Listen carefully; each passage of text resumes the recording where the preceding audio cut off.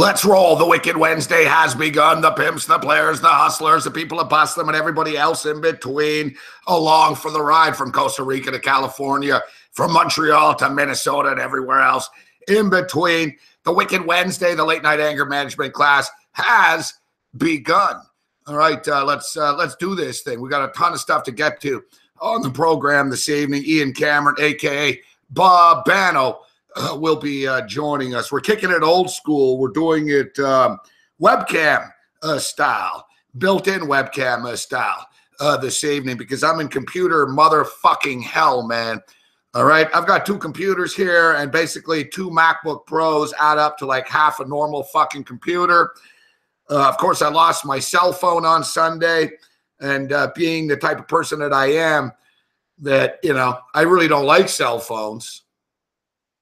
Really don't like cell phones. When does anybody ever get called with good news? I appreciate those of you joining us right now. I don't see the chat as we speak, but I appreciate those of you joining us. Now, amongst you with us right now, and I look in the chat and I see Bruce Chad, Bobbert, Arian Costa. What up, Costa? Andres, what up, Andres? Good to see you. We appreciate everybody joining us here this evening. Shano, we appreciate the early thumbs up out of the gate here. Don't do it for us, but do it for sportsbookreview.com. Joe Rice. Sounds like his real name.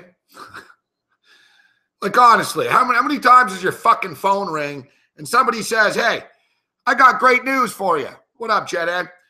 Like, how many times, like when your phone rings, hey, I got great news. My phone never rings with fucking good news. I got 1,800,000 fucking numbers that call me. I don't know who I owe to who or what. I don't want to fucking answer. I never get any good news. So I really didn't care that I didn't have my phone, but it was sort of bothering me because I knew I was stiffing a couple of people that I wasn't returning their text messages. So I still didn't even really care about that all that much. It really didn't set in until today when I realized, oh, fuck, I've got to do an interview on ESPN Tampa Bay. I don't have a phone.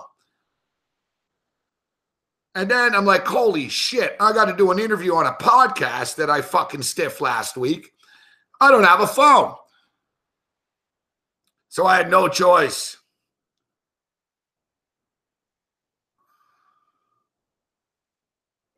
I had no choice but to purchase a new phone. That evidently I've already gotten dirty.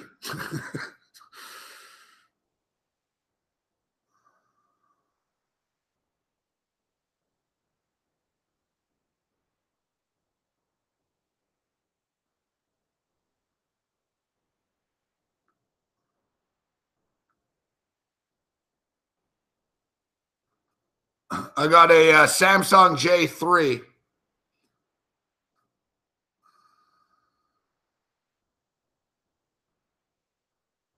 Yet I'm looking at my call history, and I only have one call. Yet I have all these calls in Texas.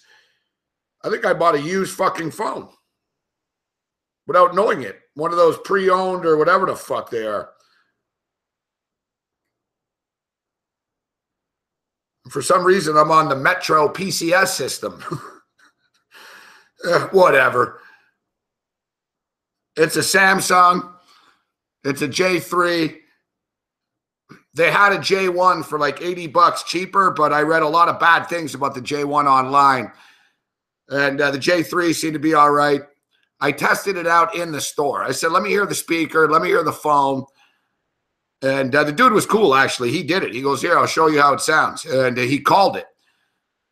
And I was like, yeah, sounds good, actually. Sounds pretty clear. I read the reviews, and, they said the Samsung J3 kind of blows. Like the tech people don't like it. But they said, if you're using it for a phone, the phone is really good. Yeah, well, that's what I use it for. The only thing I need a phone for is to do radio interviews. So that was like a prerequisite for me. That was a good part. The camera's good. Whatever. It's fucking, I don't give a shit. And then I said, all right, let's see online. And I placed a bet in the store. It worked very quickly.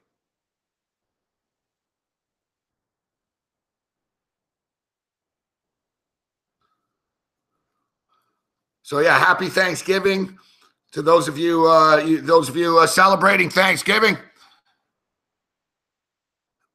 I'm a little bit rattled, man. We just fucking watched a lot of losses. We swung for the fences. We took the money line when the Raptors were down 10, wrong. I took a shot with the Boston Celtics when they were down. We got them at plus 350. Didn't work out. Then I pushed my luck. I'm like, all right, I'll take the Toronto Maple Leafs plus 155 in the shootout. They were down 1 goal in the shootout. I got them at plus 155. They fucking tied it, and then they fucking lost. So I just lost 3 in-game stupid little – they're not confidence rattlers. I don't have enough. I'm buying phones. I'm getting computers fucking fixed. I'm getting new computers. I had to get another fucking computer out of the fucking shop that I already fucking broke because my work's not going to fix any of these computers because I keep breaking them. And they know that I'm fucking running these computers into the fucking ground. They're not stupid. They know I'm doing like fucking 18 hours a day on these things. Because they tell me, they're like, you're the only person here that's like burning through these things. And I'm thinking, yeah, I'm probably the only person here that's fucking, doing shows 18 hours a day on these things. So I had to pay to get the other one done. I realized this today. I'm like, I'm not Johnny Cash here. Walking in and out of stores, I'm buying fucking phones, fucking computers, adapters, this. It's like, holy motherfuck. I have to pay off the NFL fucking Survivor winner. This shit never ends. And now I just lost 3 fucking bets in a row betting these fucking plus money fucking dogs. Yeah, happy Thanksgiving? I think not.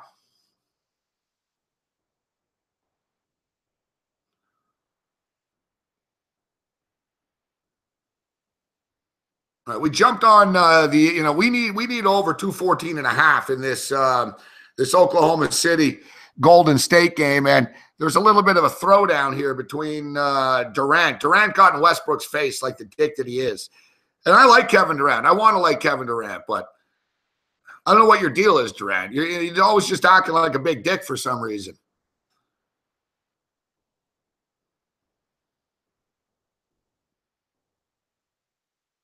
So he gets in Westbrook's face, and Westbrook would fuck him up if he really wanted to throw down. Now, it's not all bad. We're on the Pelicans. The Pelicans beating up on the San Antonio Spurs. They're up by 23 right now. Of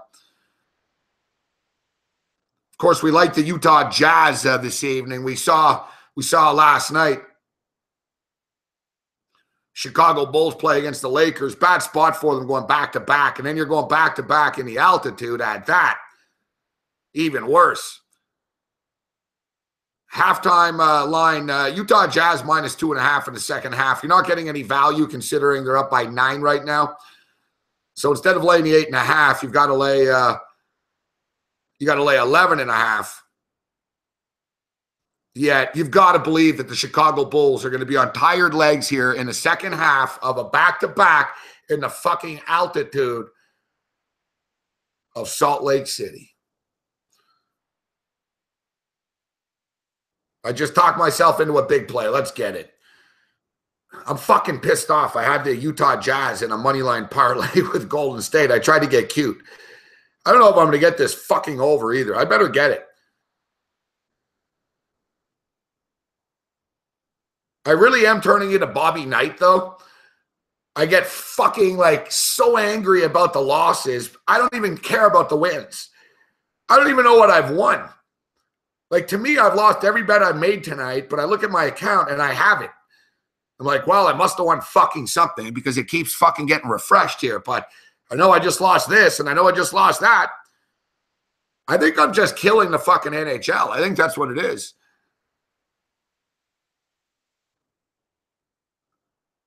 Today on the show in the NHL,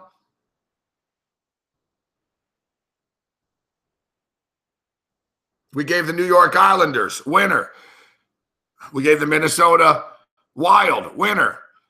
Last night we were 3-0 in the NHL. Now another 2-0. We've got another NHL game pending, and we just got a goal from the Nashville Predators. We could go on a little 6-0 NHL run right now. And we've got an NHL play for you tonight that we gave earlier in the day. I hate to do it, but we've got to go against Vegas right now, all right? Fucking Vegas. They can't win every motherfucking game they play in. Right? This is the spot for the Ducks. The Ducks are starting to play a little bit better.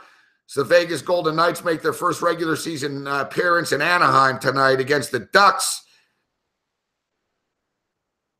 Vegas beat the Kings in LA on Sunday night. These motherfuckers, eh? Like, they just keep winning. Like, they just keep winning. After playing the Ducks, the Golden Knights will go up to San Jose to play on Friday night. Vegas is 12-6-1, arrive in Anaheim on 2 days rest after a physical game versus the Kings. Golden Knights are playing for the second time in 6 days only, though. Anaheim played in San Jose on Monday, winning the second half of back-to-back games in a shootout. The Ducks will now play 5 games in 7 days this week. John Gibson's been on fire as of late.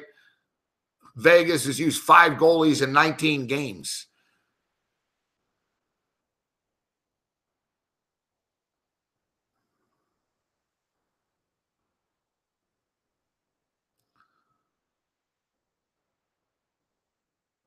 Corey Perry has started to play better.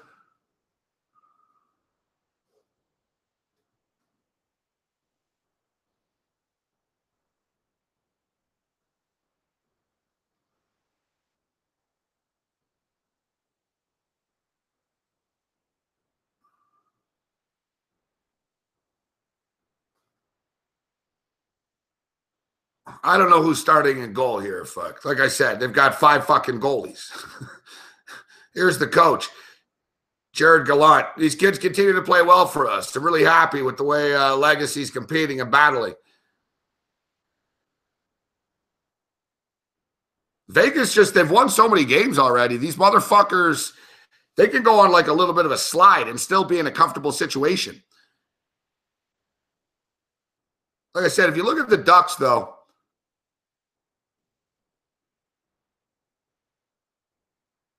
am I reading CBS? I'm reading the I'm reading the AP game preview, the AP game report. What up, Kitchener Ranger Ray? Ranger Ray doesn't want to mess with Vegas.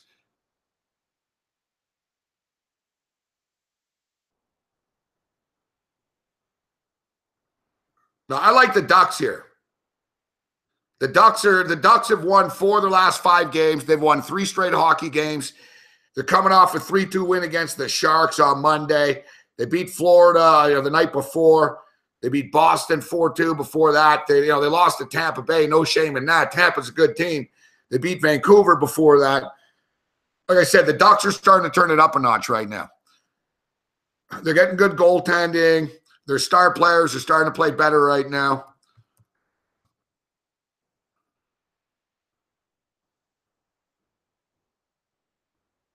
Listen, Vegas are real good, and Vegas, even steal a win every now and then on the road, as we saw the other night against the Kings, but they're not going to win every fucking game on the road.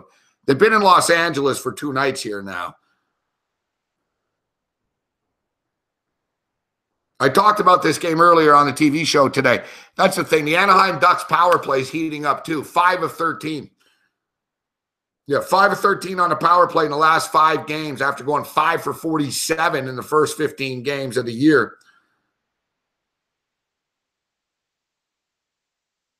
The Ducks have won 5 of their last 6 games when playing their 3rd game in 4 nights.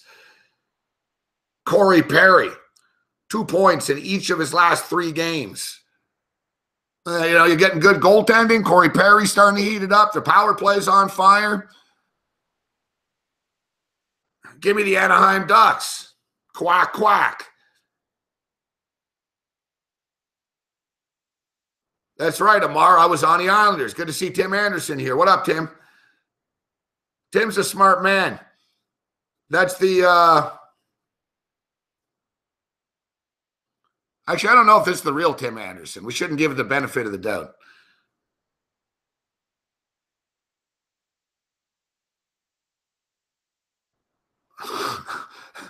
We shouldn't give this guy the benefit of the doubt.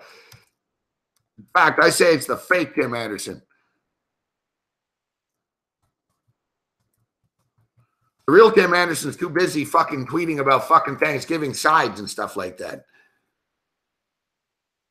Here's my Thanksgiving side, a bottle of water.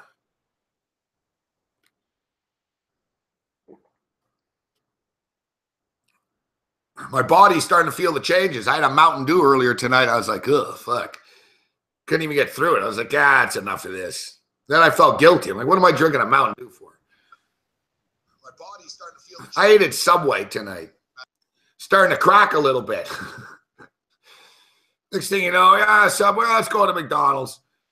No, Subway's not, Subway's not great for you, I'm aware. But, like I said, I'm not going crazy here.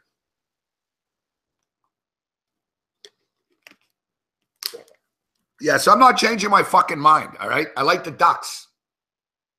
I also think that Wichita State's going to beat Notre Dame. And I think it's going to go over the number. I like the Utah Jazz here in the second half of this game.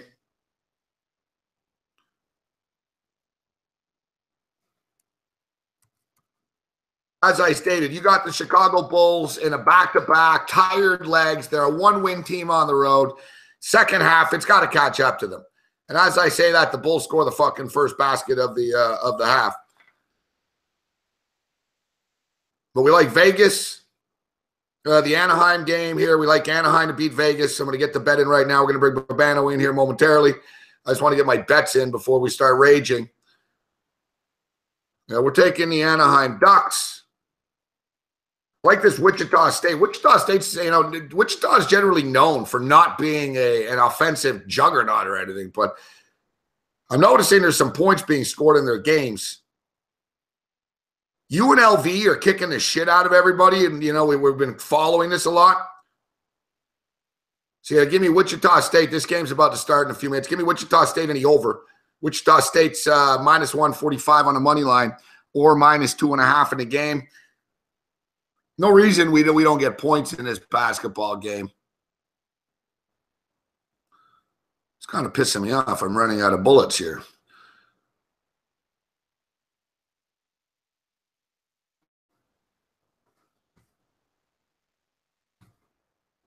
All right.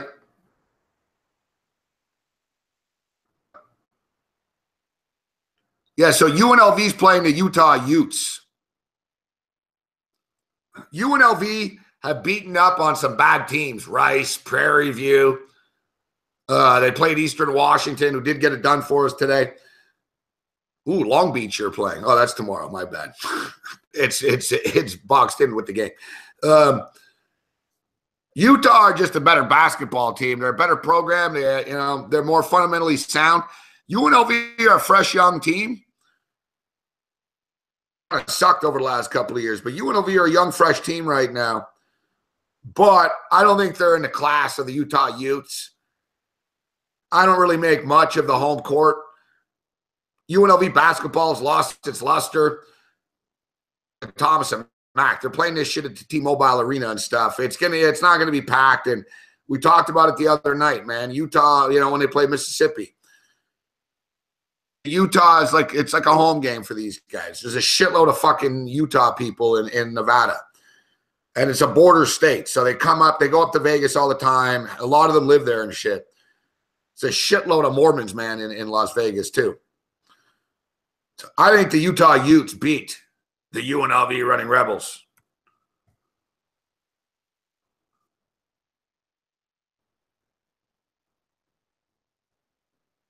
This fucking stupid Golden State motherfucking game, huh?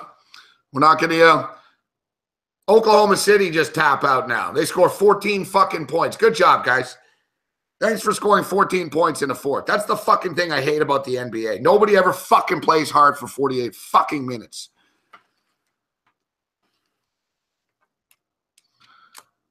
There's a big brawl with the Montreal Canadiens and the Nashville Predators right now. I'm sure the Canadians will get beat up on the ice just like they get beat up on the scoreboard.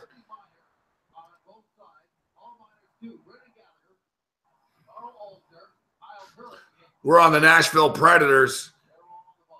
We're on the Nashville Predators. We need it in regulation, though.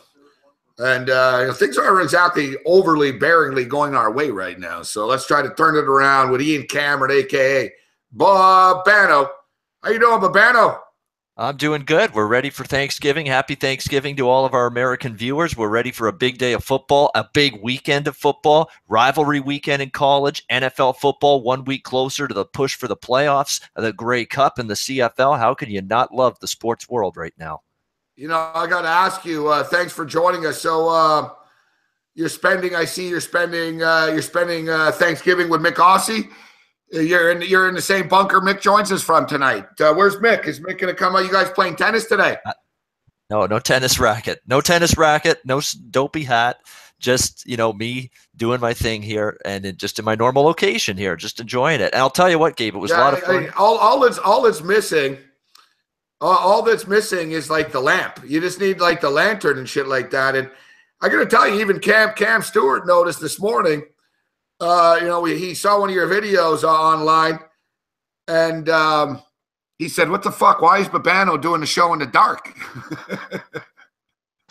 What? I said, "I don't know. See, I guess that's the look he's going with here today. I don't know what to tell you." I think I need to improve the wattage on this overhead lights here. I mean, I've noticed that the last few weeks, I'm looking more darker and darker and darker as the week goes on here, and it's a problem. Improve the wattage on the lights. I didn't know you had lights in there. Yeah, we do. I think you got like a Canadian Tire fucking flashlight or something behind you. No, one of those big ever-ready energized, those big ever-ready, big honking flashlights. I have one of those downstairs. I don't use it in this room though. We use better lighting than that, but I thought it was better lighting. But you're right. You look like Casper the Ghost in there. Fuck, you're just this big, you're just this white dude sticking out here in the dark. It is, yeah, dancing in the dark. So yeah, good to see you. Good to see you, Babano. Hey, settle down, Krusty the Clown. Yeah, great seeing you the other day, Babano.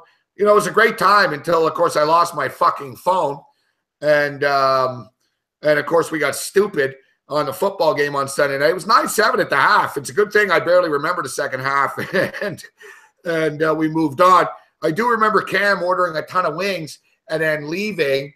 So are you all winged out yet? Did you bring the wings home, or did you end up eating them all?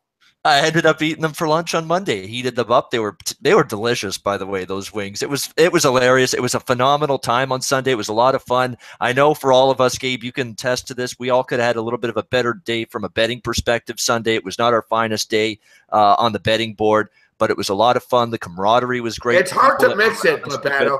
Remember, like at the IFBC, you said you had a great time, but the bets didn't go like according to plan. It's hard. That's what happens like when people go to Vegas and people lose in Vegas. People that go, "Oh, if I went to Vegas, I'd fucking kill it. Oh, I'd win this, I'd win that." Yeah, man, you go to Vegas, couple of drinks later, distraction later, jet lag this, fucking wasted that, bad decision in the morning, fucking one thing leads to another. Boom, you're only there 3 days and you didn't, you're like, I don't know what happened. Fuck, everything fell apart. It's amazing. It's hard to combine really having a good time, going out, getting wasted, and winning bets, Babano. It really is. You got to place all your bets before and don't do anything after and just hope for the fucking best. You know what I'm saying? Starting to look like that. I mean, that's now twice. You're right. The IFBC was not great by any stretch. I didn't lose my ass, but it wasn't a profitable trip and experience down there in Costa Rica. Sunday was not my best day. I saw the Arizona Cardinals somehow let Tom Savage rip them and go up and down the field against them. That didn't make me very happy, nor did it make me happy to see all of us see the Toronto Argonauts drive down the football field in the final minute of the fourth quarter, live and in person at BMO Field to take down the Saskatchewan Roughriders in that game, which also stayed under, which didn't make me too happy in that football game. But it was a lot of fun that day. I'll say this too. There's a lot of good people that we were there at the stadium with that were coming up, meeting you and Cam and saying, the one guy comes up to you and Cam. He says, "You got me through college." The one guy, "You two got me through college." And I'm telling you right now, you can pull Colin Cowherd, Bob McCown, and all these other dipshits, Jay and Dan, Tim and Sid. You go on down the list. Did anybody help them get through college, through tough times, with entertainment, with making them feel better? And giving them some good old-fashioned say what you feel, say what's on your mind, to hell with all the bullshit. You say it like it is. kind of mentality? No. People are saying that about Gabe Morency, though, and Cam Stewart. That's the thing that I took away from Sunday. You got a loyal following. Yeah, we appreciate that. It was nice meeting the people. Great meeting people at the game. It's a fun thing about CFL games. You got cool guys, guys that just want to party. Even the security's cool. Look, I mean, they saw us rolling a spliff security. They kind of gave me a look, and I told them, don't worry, I'm going to go outside and smoke it. And they're like, yeah, it's all good. Even tells, come back in here after. I wish, it's too bad the Grey Cup wasn't here. Cup last year, and it was the same thing. Just a great time. It's too bad. Good job by the Argos. Great stadium, but good job by the Argos winning that game. Chris Jones is a fucking idiot. Kevin Glenn cost them that game, man. If they just would have played Brandon Bridges more, they would have won that game. So let's get down to business right now. But Ben, we'll start off with the Grey Cup. I'm kicking myself because me and Cam wanted to take the Argos at plus 650 as a future. We even talked about it on the radio show, and I pussied out. I fucking changed my mind. Anytime I change my mind, I fucking lose. So I'm not changing my mind now coming into this. I took a couple of days to soak it in as far as the Grey Cup and sort of think it out a little bit. But I can't justify not taking the Toronto Argonauts getting the points right now. The way they're playing, they're energetic. The defense is really attacking the football. Ricky Ray's playing very well. He's 3-1 in Grey Cups, Ricky Ray. Calgary doesn't have a great track record in Grey Cups. I'm not in a hurry. You weren't in a hurry to run and lay points last week, and that was when Calgary was on their home field. Now it's on a neutral field. I'm not stating I'm fucking absolutely positively in love with the Argos and it's the bet of the year, but I can't justify laying the 7.5 with the Calgary Stampeders. Yeah, I'm in one of those games where situations in this game where it's simple. 7 or higher, I want the Argos. Below 7, I don't know if I'd like them at all enough to bet them in that spot, because the way I see it, and it's been talked about all week so far coming up, the couple of days leading up to this game, that the Calgary Stampeders are really coming into this game thoroughly PO'd, and with the way the Grey Cup went last year against Ottawa. It's a team that now is back in the Grey Cup for a second straight year after the disappointing loss to Ottawa last year. They keep saying that they took Ottawa just a little bit for granted last year. I don't know if that's the reason they lost, but that's what they're telling themselves, that they took Ottawa too much for granted going into that Grey Cup. Because remember, last year, if we flash back, Gabe, everybody loved Calgary in that game. That Ottawa had no shot with Henry Burris. I was all over. I was on the money line. I went to the game. I told everyone who would listen that Calgary I was going to lose. That's true. You did. Yeah, the vast majority, at least. We'll say that. Don't say everyone. I'm talking to somebody that didn't. Calgary, the mass majority like Calgary. And, of course, Ottawa ends up winning straight up as a big dog. North of a touchdown underdog they were. Ottawa got the win there. So Calgary is not going to overlook Toronto, but is Calgary good enough, playing well enough to lay this kind of number in a title game like this in Ottawa? That's the question mark. Calgary was not good laying points down the stretch. Now, the Calgary offense played better against Edmonton. The one concern I have with Toronto's defense is they haven't faced a ton of quality, top-notch offenses or quarterbacks late in the season, other than Winnipeg and Edmonton, and those two teams got to the 30s against them. So I've got question marks still about that Argos secondary in particular. They're great up front. They got pressure all day. We saw it in person on Bridge and Glenn, the defensive front with Victor Butler and Cleon Lang and Sean Lemon for the Argos. They're great up front getting pressure. They can stop the run, but Bo Levi Mitchell's a good enough quarterback to attack them through the air. And on the flip side, Calgary's great at stopping the run. So I don't know if James Wilder Jr. for the Argos is going to have a great time running the football in between the tackles. I think this is going to be a game where the quarterbacks, the onus is going to be on both of them, the veterans, Mitchell and Ray, to win the game, win the Grey Cup with their arm. The weather doesn't look too bad, Gabe, on Sunday in Ottawa. I'm looking at no precipitation, cloudy skies, light wind. It's going to be chilly, -3, -4 Celsius for a game time kickoff temperature, but no kind of weather that could impede these two defenses. The Grey Cup's gone over 5 of the last 7 Grey Cups, and Toronto and Calgary played in the Grey Cup in 2012. Ricky Ray was the quarterback that year. That game totaled 57 points, and Toronto won that Grey Cup against Calgary head-to-head. So I'm leaning a little Argos. I like the over a lot more, though, at 53. I think we're going to see the ball in the air a lot because you got two good run defenses, and two offenses that are going to be able to make plays in the passing game, over 53. The one concern is Calgary's defensive front strong. They're talking about Ricky Ray as a coward, or not a coward, but Charleston Hughes is flapping his gums saying we can get pressure on Ricky Ray. He's the easiest quarterback to sack in the CFL. He turtles when a defensive player comes near him. Well, no shit. I mean, he's an older guy. He's never had any sort of mobility. You're not breaking news to anybody there, Charleston Hughes, but he's stirring the pot a little bit. But either way, I think we see points. Yeah, I can't disagree on the over. I like the over in this game. You look at the history this year. Calgary won both football games this year. They beat them 41-24 in week 7, and in week 10 they beat them 23-7. So we had an over, we had an under, but the Argos were kind of up and down and kind of streaky, and the Argos are peaking at the right time right now. I like the history here, though. This is Mark Trestman. Mark Trestman's a great coach. All right, he's a guy's a very smart football coach, offensive coordinator in the NFL, head coach in the NFL, Grey Cup champion. This will be Mark Trestman's 4th Grey Cup as a head coach. He's 2-1. Ricky Ray, this is his 5th Grey Cup game, 3-1 for Ricky Ray in Grey Cup. So Ricky Ray steps up in these big games when he gets an opportunity to. Toronto Argonauts is a franchise. Now, obviously, the Toronto Argonauts are the oldest football team in North America. So what they've done, fucking 90 years ago is kind of irrelevant. But the fact of the matter is the Argos, they're 16-6 in Grey Cups. They've been in 22 Grey Cups. They've won 16 of them. And the last time they made it to the Grey Cup was Grey Cup 100 in 2012. They beat the Calgary Stampeders, the same team they're playing this week, 35-22, as Papano alluded to. So, you can't discount the Toronto Argonauts here. I think you got a real live dog. And I agree. I think there's going to be points in this game. Weather won't be a factor. And another thing is, too, Calgary blew a big lead last year in the Grey Cup. They were playing well. They had Ottawa, and Ottawa came back. It was a crazy comeback. And then Calgary had to come back.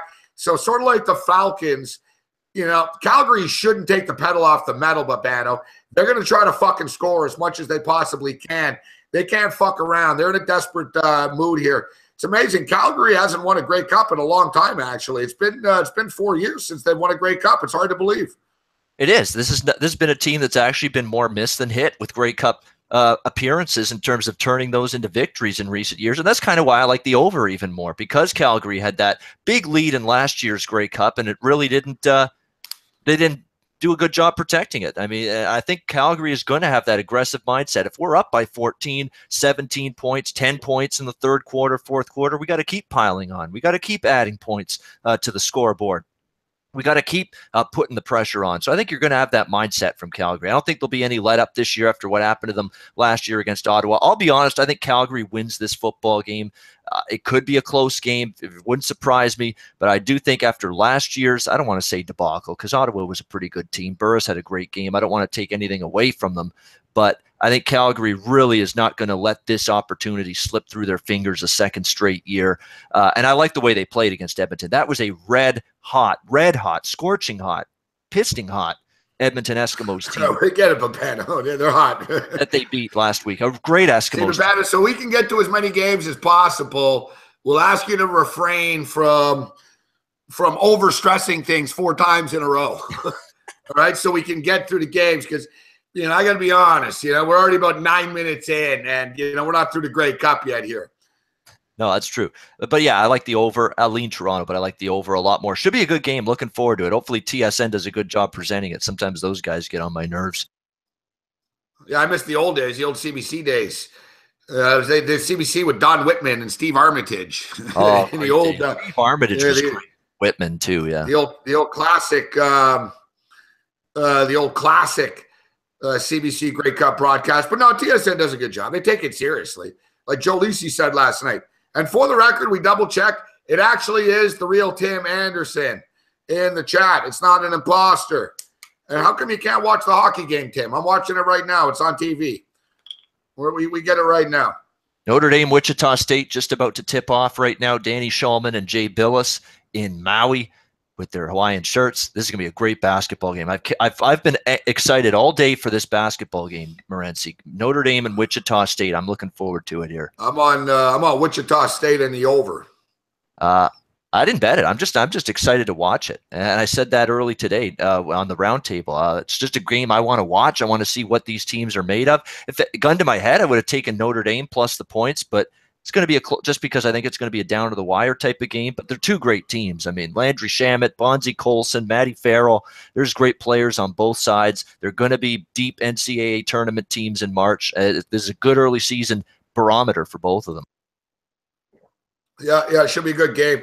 And hopefully it gets to came down the number to 149.5. I like the over in this game. Notre Dame's a competitive team, man. And Wichita State have let some sort of inferior teams take leads on them and score quite a few points on them. I don't know. Watch. It'll probably end up being fucking 22-22 at the half now.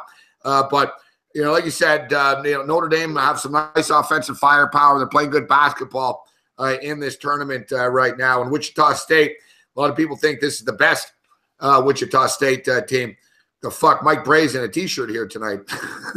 Yeah, he's rocking it. I love these coaches. Mike Bray looks like a fan. Look at this. Casual Wednesday. He looks like a fan of the stats. All right, come on, guys. I got $3,000 on this game. He didn't even fucking shave either. He's got a little whisker there. Like, geez, he looks like looks like a derelict on the sideline right now. Normally, Greg Marshall's normally uptight. So instead of, Marshall doesn't have the suit on, but he went with the, they got the football look. They got the golf shirts on. Look at all, they're all ripped and shit. The fucking Wichita State coaches. They're all showing off their guns. And you got Notre Dame. Mike Bray looks like a fucking drunk fan from South Bend, that won a fucking contest. Hey, coach a team for a night. Usually when you go to Hawaii, you do the Hawaiian thing. Yeah, you put the Hawaiian thing on. You put the flower. He's wearing fucking shorts. Fuck. What the fuck is going on here? There he is. Yeah. Hey, how long is this fucking blonde guy going to be fucking eligible for on Wichita State? He's Frank Camp. Connor Frank Camp. Connor Frank Camp's been there forever. Yeah, Frank Camp. He's fucking 42 years old. Fuck. He was at Kansas. He was at Kansas before Wichita State too. So he has been around a long time. How much eligibility does this kid have? He's older than the referees are. Eligible for life, apparently. Yeah, he's been there for a few years. Hey, Tim Anderson, you still here? You're a Notre Dame fan. What the fuck, man? You guys can't even afford fucking slacks for your coach anymore? I'm on Wichita State, fuck. I'm not betting on a team where your coach is wearing a T-shirt and fucking shorts. It looks like it's not even nice T-shirt and shorts. It looks like you got it at the fucking airport in South Bend, fuck. You got a fucking T-shirt on the way out, Notre Dame, fuck. I love the Irish. He looks like my 78-year-old neighbor who lives 2 doors down from me. The same type of shorts, the same kind of T-shirt. That's not a cool style anymore. Maybe 30 years ago, not now. I see Tim Anderson. Yeah, the defector. As I stated earlier today, we finally found someone with a worse fucking shot than Lonzo Ball, a North Korean soldier. As North Korean soldiers, point blank range, AK-47s, they did pluck the guy, though. And it's funny because the media's not showing you too much the video. They're not showing you the video too much of the guy lying in a ditch after. So, the guy did fucking end up near death. He got shot pretty hard. He did get hit 4 times, but I'm looking at that and I'm saying, oh, God, it's Laker night tonight. Fuck, that's just great. I did see, though, that, he got hit 4 times, but those guys were pretty close. I got to tell you, I wouldn't want to be the fucking soldiers that missed this motherfucker and didn't kill him on the spot. Those guys are fucked right now, all right? Kim Jong-un's going to put him in a firing line. I'm going to say, this is how you fucking shoot someone. Bang. They're going to shoot them. Let fucking this guy cross that line just to humiliate North Korea. Now everybody can say, fuck you, Kim Jong-un. You guys can't even shoot someone from 5 feet away. You're worse shooters than Lonzo Ball. A lot of, we fear you a lot less now, North Korea, because of this. Fuck. Like I said, point blank range, fucking 4 troops shooting with fucking AKs can't fucking hit the guy. I don't know what to say. Fuck. So yeah, those troops not good. That's not good. No, it isn't. Adjust your scope. You better get to work on that. Well, yeah, they're not going to be getting to adjust anything, but like it's not Kim Jong Un. Kim Jong Un's not going to like this. All right, I got my eye on you, Krusty. 4-4, nice pace to start. First 2 minutes. Banished to a small Korean village. No, you're going to be fucking dead. Mike Braylon. I'm saying the Rocket Man will be upset, Tim Anderson. That's exactly what I'm saying. Little Rocket Man. Yeah. Looks like Mike Bray should be cutting someone's grass right now with that outfit, to be honest. It looks like it should be summertime. Go cut the lawn right now. All right. So gotta love the chat though. Fuck. People ask, like, I can't just sit here, guys, for 3 hours and repeat every game that I'm on, over and over.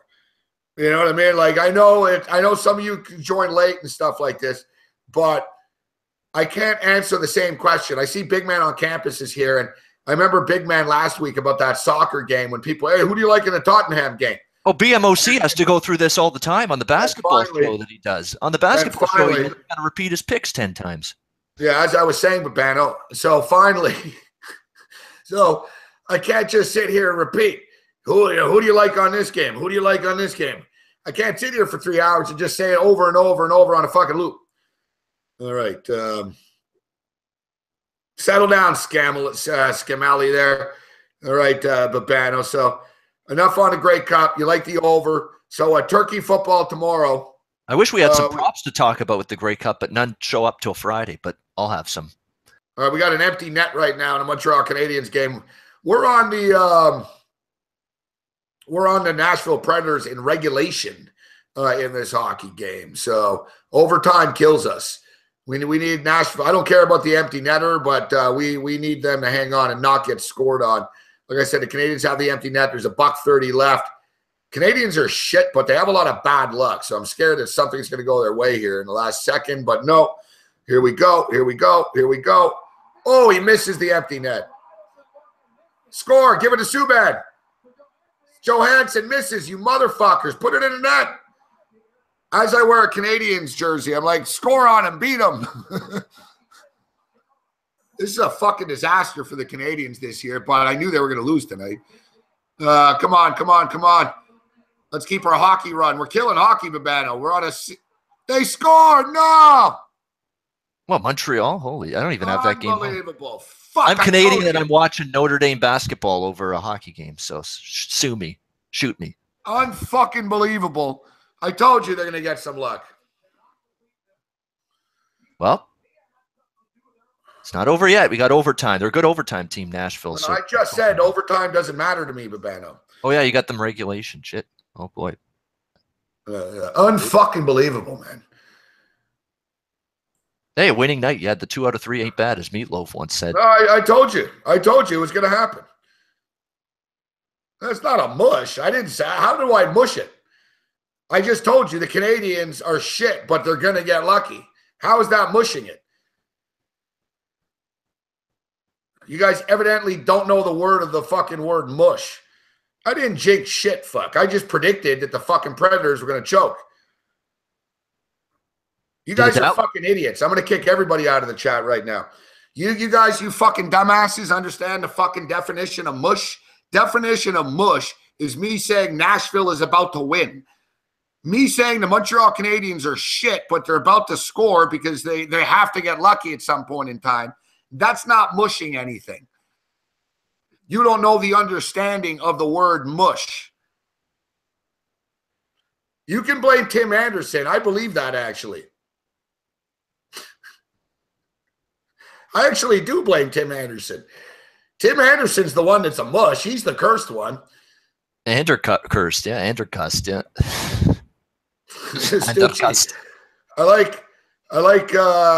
I know it's unbelievable, Brett Reed. Fuck. It's, unfucking believable. Yeah, look up the word mush, fuck. What does the word mush say, Stucci? What does the word fucking mush say? Tim's not a mush. Tim's a Canadiens fan. He's happy it just happened. I do blame Tim. I think somehow I think fucking Tim, if Tim wasn't here, the Canadians don't score right now. I sincerely believe that. Like Mike Bray is seriously dressed like my old bowling league coach from 25 years ago. As a kid, a youth bowling league I was in. He looks like he dressed exactly like him. I like how fucking, like I get mad for being called a mush, and I just deflected on Tim Anderson. I didn't mush it. I said they were going to fucking score. Of course they were going to fucking score. I had Nashville regulation. And I got Babano. Whoa, they're good overtime. I just told Babano I can't get overtime. Yeah, it was a reg bet. I get it now. Yeah, okay. Yeah. Fuck, man. Everyone needs to settle the fuck down, all right? Yep. Who's dragging their heels now? We were talking Grey Cup 10 minutes. Now we're whining about this for 5. We're not whining about this. We're whining about this for 5. We got a problem here. The people in the chat need to settle down. You need to settle down. Everyone except Drew, big man on campus. Bruce Shad's all right. And fucking Tim Anderson. I'm on fucking. No, you don't tell me to settle down, Sports Capper. You settle the fuck down.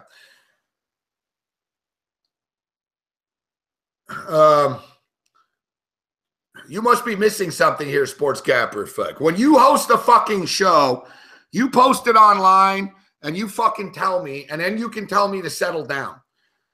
Now, when you come on our fucking show, you don't tell me to settle down. You just chat away and do your thing and don't talk to me.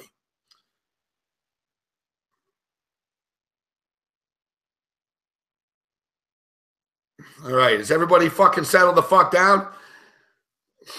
I'm not rattled. I'm fine. Yeah, didn't we boot Sports Capper? Fuck. I can't remember, man. There's so many of these fucktards. Fuck. Didn't we boot you? Aren't you the one that always fucking complains and trolls and shit? Jazz saying Bobano about to lose his Thursday spot. It's a Wednesday night spot here, Jazz. Get with the program. Let's turn our brain on here. Come on. I got to be honest with you, Babano. Jazz isn't a big fan of yours. Fuck. We get a lot of complaints from Jazz about your appearances. Turn that cranium on. Let's go. Crank it up. All right. So Turkey Day tomorrow. Who you got? I like most of all. I like the over in the Giant Redskin game, and I know that's an underplay and a free pick on covers for Mark Lawrence, but those haven't been doing good. I'm okay going against that. I think we see points in that Giant Redskins game, as much as I respect Mark Lawrence, of course. But I think we're going to get points in that football game tomorrow night because everybody's saying, "Oh, Giants! Look at that effort by the defense last week against Kansas City. Wow, they're still playing hard on that side of the ball." Okay, did they shut down Kansas City in that football game, or did the terrible weather conditions shut down Kansas City? The wind. And everything else going on in that football game. I'm not convinced the Giants have fixed it on the defense here. We're going to find out in this game. And Kirk Cousins, say what you will, he played great against New Orleans last weekend. He's not the reason they lost that game. He moved the ball up and down against that Saints defense, put up points. I am concerned they don't have Chris Thompson out now for the rest of the season with an injury. That's a big loss for the Redskins, but it's not a team that's incapable of moving the football against that Giant team. And on the flip side, Washington's defense has been terrible for the better part of the last month. They're giving up boatloads of points every single week. They've gone 6-1 to the over, Washington, in their last 7 games. I think we see over 44.5. That's not a crazy plateau to get over. So I think we see points Thursday night there. You know what? I like the I couldn't help it. I couldn't help it, man. I would put big man here. I keep waiting for Mick to join you with a tennis racket behind him. I'm waiting. And you know what I love too? That it's fucking Thanksgiving. It's Thanksgiving Eve, and I like it. Fuck. I'm stirring. Everyone's fucking on edge right now. We don't want any love here tonight. Fuck this Thanksgiving shit. I'm about to fucking snap, man, when Nashville wins this fucking game in overtime, too. I don't want to watch this shit anymore. I thought you were just going to say it's fitting it's Thanksgiving Eve. Everybody in the chat, including my guest, are all acting like a bunch of turkeys. I thought that was what you were about to say, huh? That's pretty good. But Bano, you know what? I like that. Not a lot of people use the phrase turkey anymore, but in my family, that was an insult. Fuck. My grandfather used to when my grandfather used to get pissed at his kids and me, he'd call us turkeys. He'd be like, "You stupid turkey." He's like, "Get it together." Yeah. I like that, Babano. Oh, Greg Marshall's dressed slickly compared to Mike Bray's, styling tonight. All black. All right. Utah versus UNLV. We're on the Utah Utes, all right? We're on the Utah fucking Utes, man. All right. So let's start off. Let's start off with the morning game. We'll blast through them, though, Babano. Morning game, point spread down to 2.5. I think you can make a legitimate argument for both teams. I get the argument for both teams. The Minnesota Vikings have won 6 consecutive football games. They're 5-1 against the spread of their last 6. The Detroit Lions have won 3 straight games. The Detroit Lions beat them earlier in the year 14-7. Lions actually beat them both games last year as well. The Detroit Lions have beaten the Minnesota Vikings 3 consecutive times that they have played. So you can make an argument for both teams coming into this game tomorrow. Yeah, Minnesota, Detroit's. I think Minnesota is one of those games here where I'd like them at pick'em at -3. I know people are going to say, what's the difference? Well, in Detroit games, it's a big difference because Detroit seems to play these tight grinder games. Matt Stafford always tries to rally the team from behind in a lot of these games. I'm much more comfortable taking Minnesota when it was pick'em on the opener than where it is now at -3. I would put them in a money line parlay at this point if you like Minnesota in this game. I'm not going against Minnesota, that's for sure. They're playing good. I know Detroit's had the better of it lately head-to-head against the Vikings, but I think it could come to an end here. Detroit has done well on these Thursday home games on Thanksgiving in recent years, but I like Minnesota playing a complete brand of football. Case Keenum making things happen offensively. They're running the ball better, and their defense continues to play great. Shut down a very hot Rams offense last week, so I'd lean Minnesota. I liked it a lot more earlier in the week than -3 now, but I'd put them in a money line parlay, make them a parlay piece. I think they beat Detroit. Drizella bringing up Rick Martel. Rick Martel. Is there a fake Rick Martel in the chat? Is there a Rick Martel in the chat? We'll boot him too. Because hey, that's disrespectful to the real Rick Martel. I met Rick Martel. Dude, solid guy. Solid guy. You know, Rick Martel once beat the shit out of a bus driver outside the Montreal Forum. You know why? Because he took the bus and he didn't have any change. He wanted to get off for free. The driver mouthed off. He said, "Hey, I'm Rick Martel. Come on. Give me a ride home." And the driver didn't want to do it, so Rick Martel beat the bus driver up. There's my Rick Martel story. But Bano doesn't know who Rick Martel is. Tim Anderson's talking about Lions money line here in this game. Good, Tim. Good. I'm going to say, that must make you happy a little bit. Yeah, Rick Martel's a wrestler. I knew that. No, we're on. I'm not too familiar with him. We got 12-8 Wichita State. Slow start for the total here. Wichita State up by 4 points. Well, very slow start for the total. At this point, I'll be happy with a fucking split. All right, what's the score in the got a few bets here. Let's get some good luck coming in here. That's a good point in the chat. Earlier today in Maui, California Golden Bears, who put up that great fight against Wichita State, they end up losing to Chaminade do-do-do-do-do. Chaminade do-do-do-do. Chaminade do-do. Earlier today. Bad loss for California. Real bad loss. All right. California blow, though. I like the Vikings in this game. I like the Vikings. It's a toss-up. We've talked about it all week. And Tim Anderson, I agree. Tim's a good guy with his busting his balls. I agree with Tim. We talk about it every week. If you just tease the Chargers and the Lions on a weekly basis, you'll fucking win, man. Both these teams play close games every week. You know, you could tease this game, get the Detroit Lions up to 9.5. I think it will be close. But I think the Minnesota Vikings, Babano, are getting sick and tired of losing to the Detroit Lions. You know, it's been 3 times in a row right now. It's triple fucking revenge. Me and Mark Lawrence talked about this today. Teams in triple revenge spots in this spot are 16-4 against the spread. It's not like Detroit are way fucking better than the Minnesota Vikings. Like, it started, like I said, I've been reading a lot of the Viking players' quotes. The Vikings, they're pissed. Like I said, they're sick of losing to the Lions. The Lions are in their fucking way right now. And you know what? They lost this game last year. They played on Thanksgiving last year against the Detroit Lions and fucking lost. So, they know what they're getting themselves into tomorrow coming into this. It comes to an end. The Lions win streak comes to an end tomorrow. The Minnesota Vikings beat them. And I'll tell you what, you brought up the over in the nightcap. I think all 3 games are going under the number. I really do. I think the earlier game is going to be a higher scoring game. I really think the Cowboys and Chargers It's going to be a track meet. I think the Cowboys' offense will be better than it was now with Tyron Smith back, but I think their defense will still be as shit as it was without Sean Lee. So I think they will score points, but I think the Chargers are going to score points too. I think if you took all 3 overs tomorrow, you'll go 2-1 at bare minimum. Yeah, the Chargers are the Dallas defense is still very, very suspect, to say the least. The question is, can they get this offense going? Because this offensive line hasn't looked good. Dak Prescott, this is about as bad as I've seen him play 2 straight games. I mean, Atlanta and Philadelphia. I mean, we saw it at the bar there, Shoeless Joe's Sunday night. I mean, Dak Prescott was not one iota comfortable running that offense for the Cowboys against the Eagles. Now he's taken a step down a little bit here, the Chargers, but let's not sugarcoat how good the Chargers defense has been lately. It has played better, the Chargers, on the defensive side of the ball, and they're going to be a good let's say, Babano, they still give up points. Yeah. They're more physical and they get after the quarterback. You know what I mean? But ultimately, how many points did the Buffalo Bills end up scoring last week? Like if you look on a weekly basis, the Chargers defense is better, but they're good at the front end. They get after the quarterback, but it's not like they're holding teams to 7 points a game or anything like that. This is going to be a test for them, too. The thing is with the Buffalo game, Buffalo did put up points, but so many of them were in garbage time when that game was completely already over and a landslide in favor of the Chargers. So, but when that game was in the first half, I mean, the Chargers played really, really good defense, and they have played better defense for the last few weeks. That's a high number. The only concern with the over in that Dallas game is I didn't play the total either way. It's just Dallas never plays fast. They're very methodical, very slow, very deliberate. They're going to be that way again.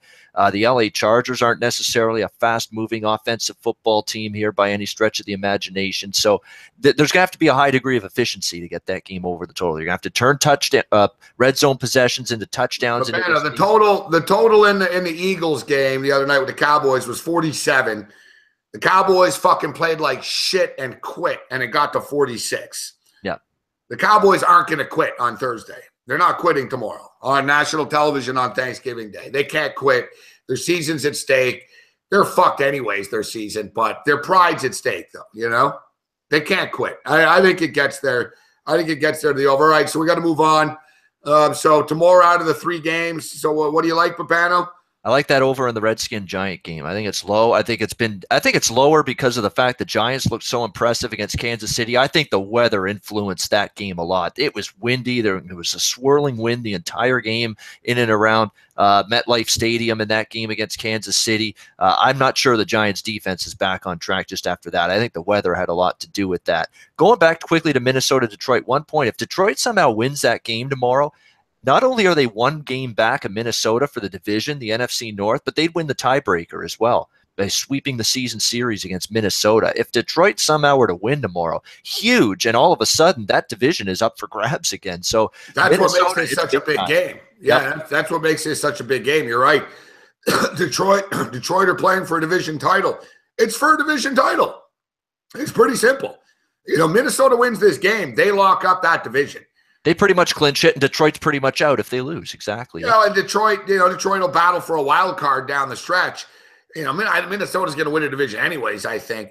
Because even if they lose the game, well, they would own the tiebreaker against Minnesota. But yeah, it's a massive game. I like Zimmer. Zimmer's a dominant coach. His one weakness has been within the division. I can't deny it. He's dominant outside the division. Look, the Lions have beaten them 3 straight times, but I like, and another thing is the Detroit Lions. The Lions give up the 3rd most points to running backs in fantasy football. They get fucking gashed, man, all right? Their secondary is actually pretty good, the Lions, but they get gashed on the ground. And the combination of McKinnon and Latavius Murray tomorrow, the Vikings have a good offensive line. And they lost Dalvin Cook, but the Minnesota Vikings 1-2 punch of McKinnon and Murray is putting up pretty big numbers. It's a running back by committee, but they're both getting the ball like 14 times each. So it's like 25, 28 carries between the 2 of them. Murray keeps putting up like 80, 90 yards. McKinnon puts up 50 yards, catches balls. So they're getting a lot of production from the running back position, Minnesota, even though Dalvin Cook isn't there. And people don't look at Latavius Murray as a star player, but he's really fitting in well with this Viking football team. He's got 4 touchdowns in the last 4 games. He's rushed for like fucking 322 yards or so. He's punching the ball in the end zone. He's running angry. I just think the Vikings have a good thing going. They've won 6 straight games. I'm not getting in front of it. Came into Minnesota Vikings. And you know what? I'm going to surprise people on this. But when we were drunk, we bought into the Cowboys because we were stupid. But this is the ultimate gut check time now. And if we lose, we lose. But number one, I don't trust Phillip Rivers on the road. All right? Phillip Rivers on the road as a favorite is not what you want to do. He's 9-16 in his career as a road favorite. The Chargers are good road dogs. We know every game is going to be close. But I like the fact that Tyron Smith is back. Dak Prescott's really under the gun after a couple of embarrassing performances here, guys. And, it's going to make a big difference that he's got the big man protecting his blind side. He's going to be much more comfortable. And, the Chargers' worst fucking nightmare was the fact that the Philadelphia Eagles are talking shit about the Cowboys so much after the game. As you heard Jay Ajayi say that the Cowboys tapped out and quit.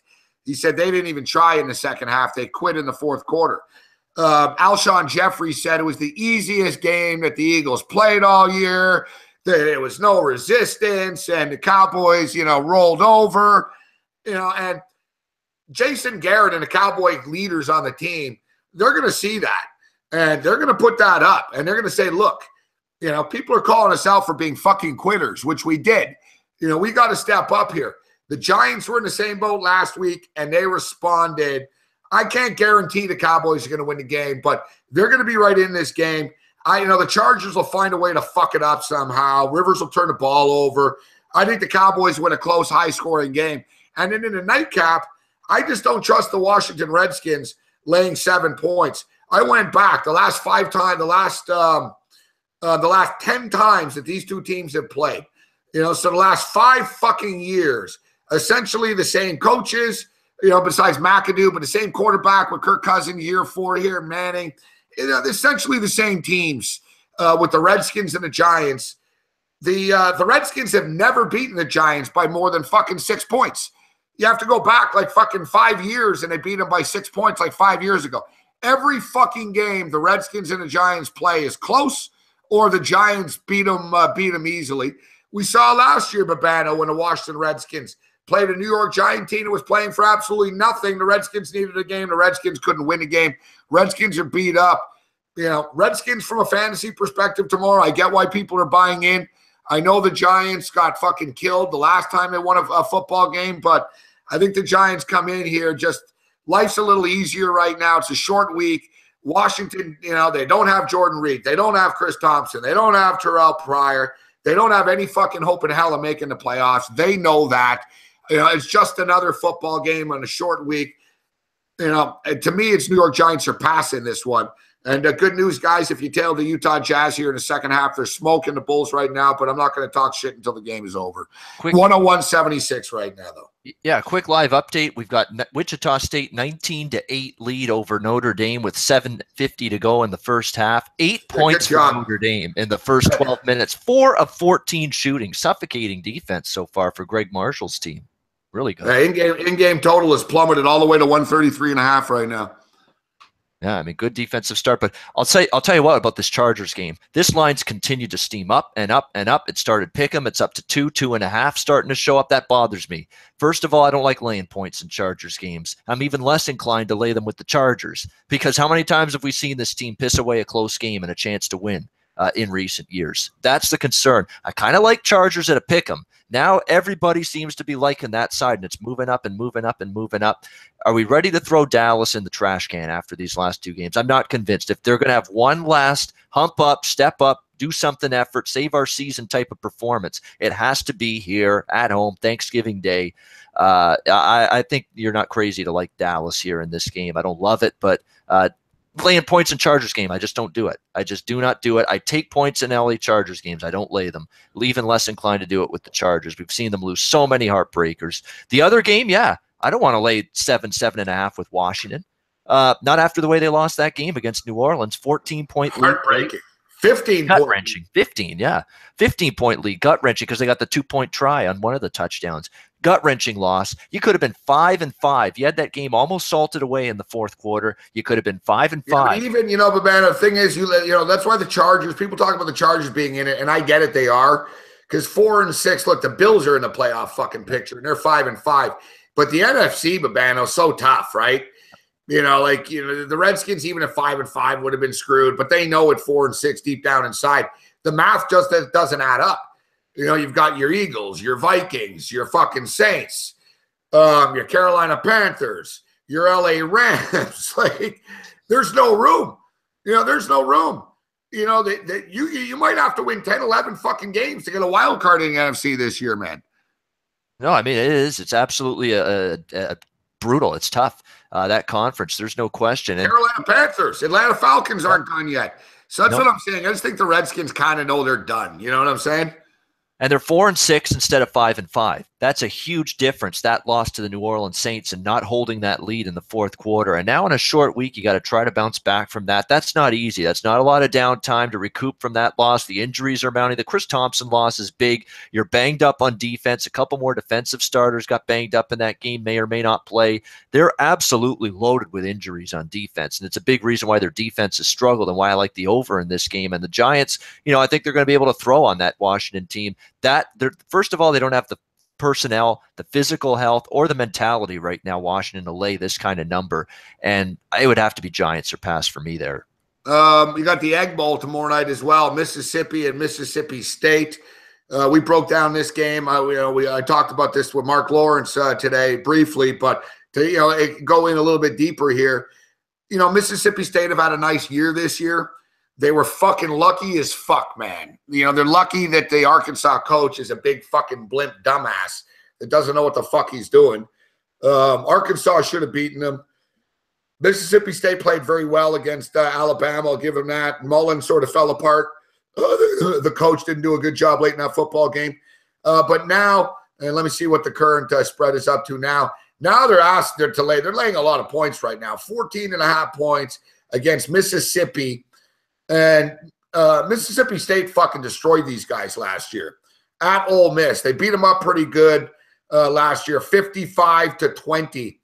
So this is a big revenge spot. And I'm not a big revenge guy when it comes to pro sports all that much. There are angles for it. But in college, it is massive. Mississippi State, I just think they're laying too many points here. And Mississippi has the rivalry thing going for them. They're actually playing better football right now. And I picked on Mississippi State a lot earlier in the season, but their offense is really starting to come together now. They put 37 up on Arkansas, 37 on Kentucky, 50 on Lafayette. They did lose to A&M 31-24. But it's a rivalry game, fucking revenge spot. They're 5-6, so it means a lot to them to get to 6-6. They can't go bowling because they're on self-imposed sanctions. But so this is their bowl. This is their fucking bowl game. That's why last week we should have known they would lose to A&M. It was a flat spot for them. These kids, it's just fucking, they have to fucking beat Mississippi State. I'm not saying they're going to beat Mississippi State, but I think the point spread is too high. I wish the total wasn't so fucking high at 65 because I think there will be a lot of points put up on the board in this football game. The Rebels are 9-2 to the over this year, but I'm buying in, not my lock of the week or anything like that. But if you're betting this game tomorrow, I do think the Rebels are the play. What's your take on the game? In theory, the Rebels should have motivation. I mean, this is it for them. I mean, there's no bowl game. There's no big carrot dangling at the end of the long regular season other than the Egg Bowl here and facing your rivals here in Mississippi State. So from that standpoint, this is a team that you would think has a A+ effort in them. The question is that A+ effort enough? Like, this Ole Miss team's been very, very erratic. There's been weeks I've bet on them. They've been absolutely horrendous. And then there's been weeks they've been very, very good. And I'll tell you what about Mississippi State. This has been a team that's probably, for the most part, I wowould say, played their best on their home field. They've been very, very tough from a point spread perspective at home. LSU, 37-7. BYU, 35-10. Kentucky 45-7, UMass 34-23. Alabama, of course, took them down to the wire, covered the number. They've been a very good team at home. They're very explosive. Nick Fitzgerald's dual threat ability against this really bad, as far as I'm concerned, Ole Miss defense, that's a concern. Ole Miss is hideous on the defensive side of the ball. They just need a couple of stops maybe to get inside this number. They could. I'd lean to Ole Miss. and lean to the over in this game. Not in love with either, but I'm looking at that side or total. Lean Ole Miss, lean over, but I'm not in love with either one. All right, so what do you like in the NFL? So what are you taking a look at over the weekend on Sunday? You know what? New England, Miami over the total. Why not? New England's hanging points against anybody right now. I know it's 47.5, and that range 48 at this point in time, the Patriots and Dolphins, but they're going to hang 30, at least 30, 35, if not more. Miami's defense is terrible. It really wasn't all that much better last week. Remember, you're playing Tampa Bay, not a great defense or offensive team by any stretch, especially with Fitzpatrick in there at quarterback. This should be Tom Brady and the Pats do whatever they want. You saw what they did against Oakland last week, move the ball at will. Can you get something out of Miami's offense? That's the question. And New England's defense is still, a team that I got to see them get those stops on a consistent basis if I'm going to be able to trust them here defensively long term. So I think New England can go a long way to getting that game over the total all by themselves. I like the over Dolphins Pats there. All right, so we got Friday. We've got Friday college football all day long.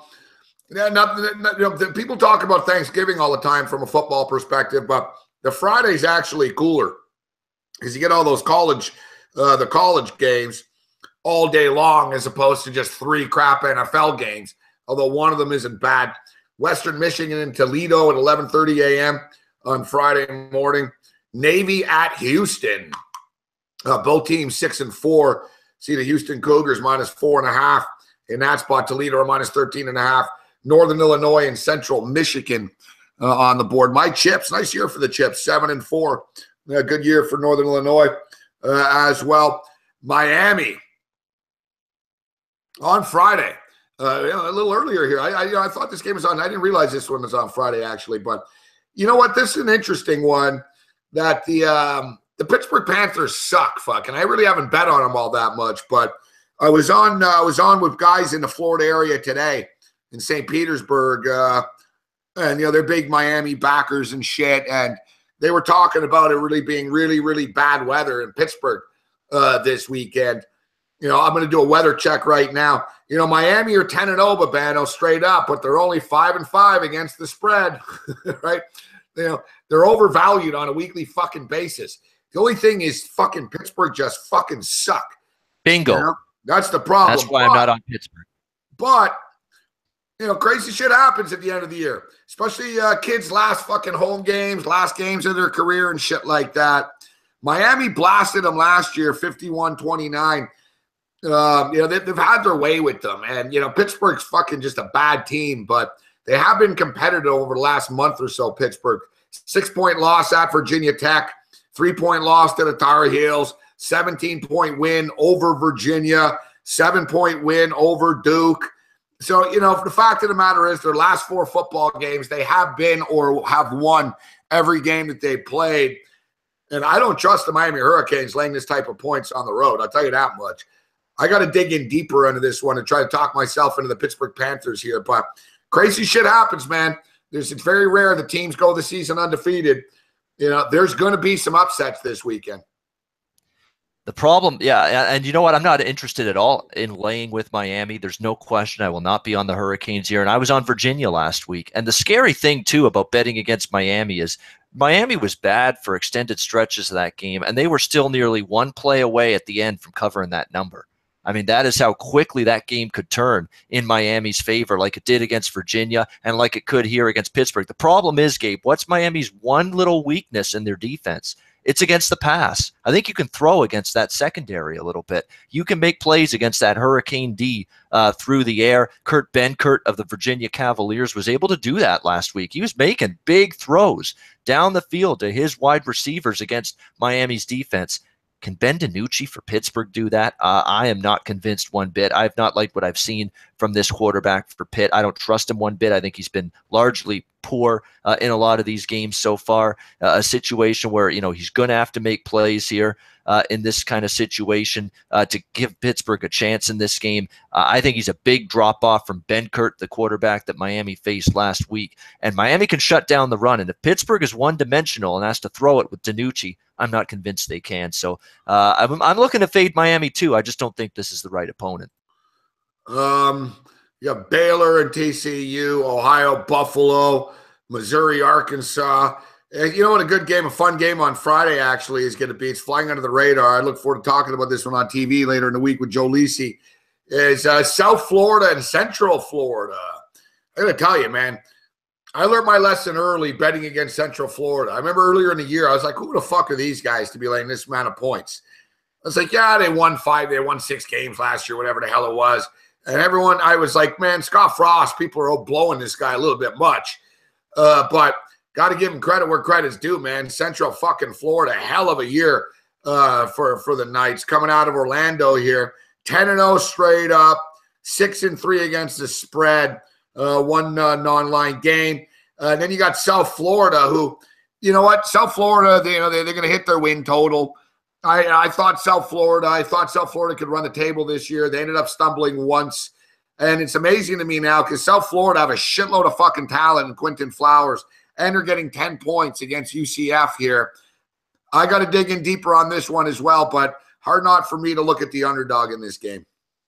It's a lot of points, but I'm not interested one iota in fading Central Florida at the Knights. I think they've got a coaching edge here. I have Charlie Strong with all the talent on this South Florida team. The fact that they've looked so lethargic and so sloppy and just so bad at times, like they've obviously got a good record, but they should be beating teams better than they have in a lot of these games so far. They let teams hang around. I look at Tulsa last week, their last game, South Florida. That was a very lethargic, just do enough to get the win kind of performance. I think you got a coaching edge here with UCF, and I think you got the better defense as well. Central Florida has shown up week in and week out on that side of the football defensively. You look at yards per play numbers, very, very impressive for the Central Florida team.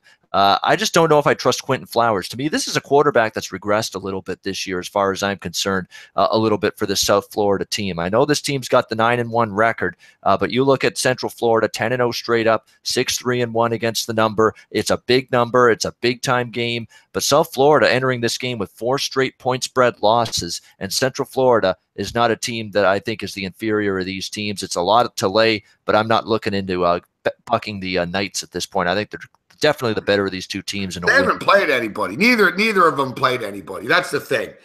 You never really know how good either of them are. They both played a shitty fucking schedule. You know, Central Florida has kicked the shit out of people. Yeah, the game I learned my lesson was Memphis. I was all over Memphis fucking getting in that game. There was another one. There's one more. No, that was it. No, it was week 1. It was week 1, guys. I took Florida International plus 17.5. And I was like, man, UCF shouldn't be laying that much. Fucking Butch. I was like, man, you got Butch Davis taking over at FIU, getting 17.5. Yeah, 61-17. And then I think I was on Memphis. And after that, I learned my lesson and I stopped fucking with these guys. Yeah, we'll see. We'll see if they blow them out, man.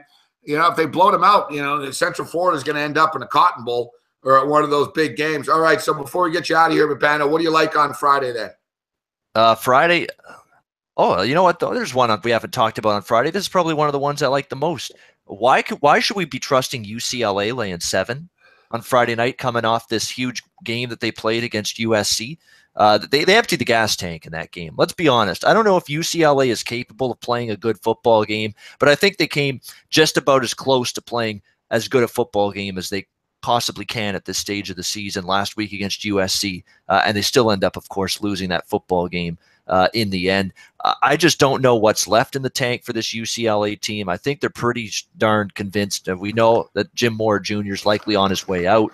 It's a 5-6 team. I know that with a win, they can clinch bowl eligibility, but at this stage of the season, I'm not sure that is a great, you're going to get game bowl eligibility and then play some Sun Belt team in Mobile, Alabama. You're going to get excited for that in your bowl game. I don't know. UCLA's just had that kind of trying season. And on the flip side, whereas I'm not sure if going to a bowl game means a great deal to UCLA, I will say this right now. It means a lot to this California Golden Bears team. They would love to be in a bowl game. It's been a dismal program the last couple of years. That young coach, Justin Wilcox, has really got this team playing hard, playing better defense, which Sonny Dykes never could get this Cal program to play when he was there. They're playing. They're digging in. They're trying on that side of the ball. You look at Cal the last couple of weeks. They cover and win big against Oregon State. They give Stanford all they can handle last week on the road in Palo Alto, 17-14 loss. Cover the number as double-digit 2-touchdown underdogs. There's fight in this Cal team. They're playing good defense. Their offense is doing just enough to keep them in games. UCLA can't lay 7 in this spot. Give me Cal, and I think there's outright win potential for the Golden Bears here as well. Yeah, I don't know who's coaching UCLA this week. Let's see, UCLA. I believe Chip Kelly, though. Chip Kelly is going to the rumors are Jed Fish. There you go. Jed Fish. What coordinator was he? Fuck. He was the offensive coordinator, so he's going to be coaching for the last game. I can't disagree with your assessment. Bano, as far as wanting to get into a bowl game. I think the kids on UCLA want to get to a bowl game. I don't think that they're not going to care. I get what you're saying. The thing is, UCLA, I don't think they had expectations of winning 10 games to begin with, right? So I think the kids do like going to the bowl games, but I can't disagree that to Cal, it's a bigger deal.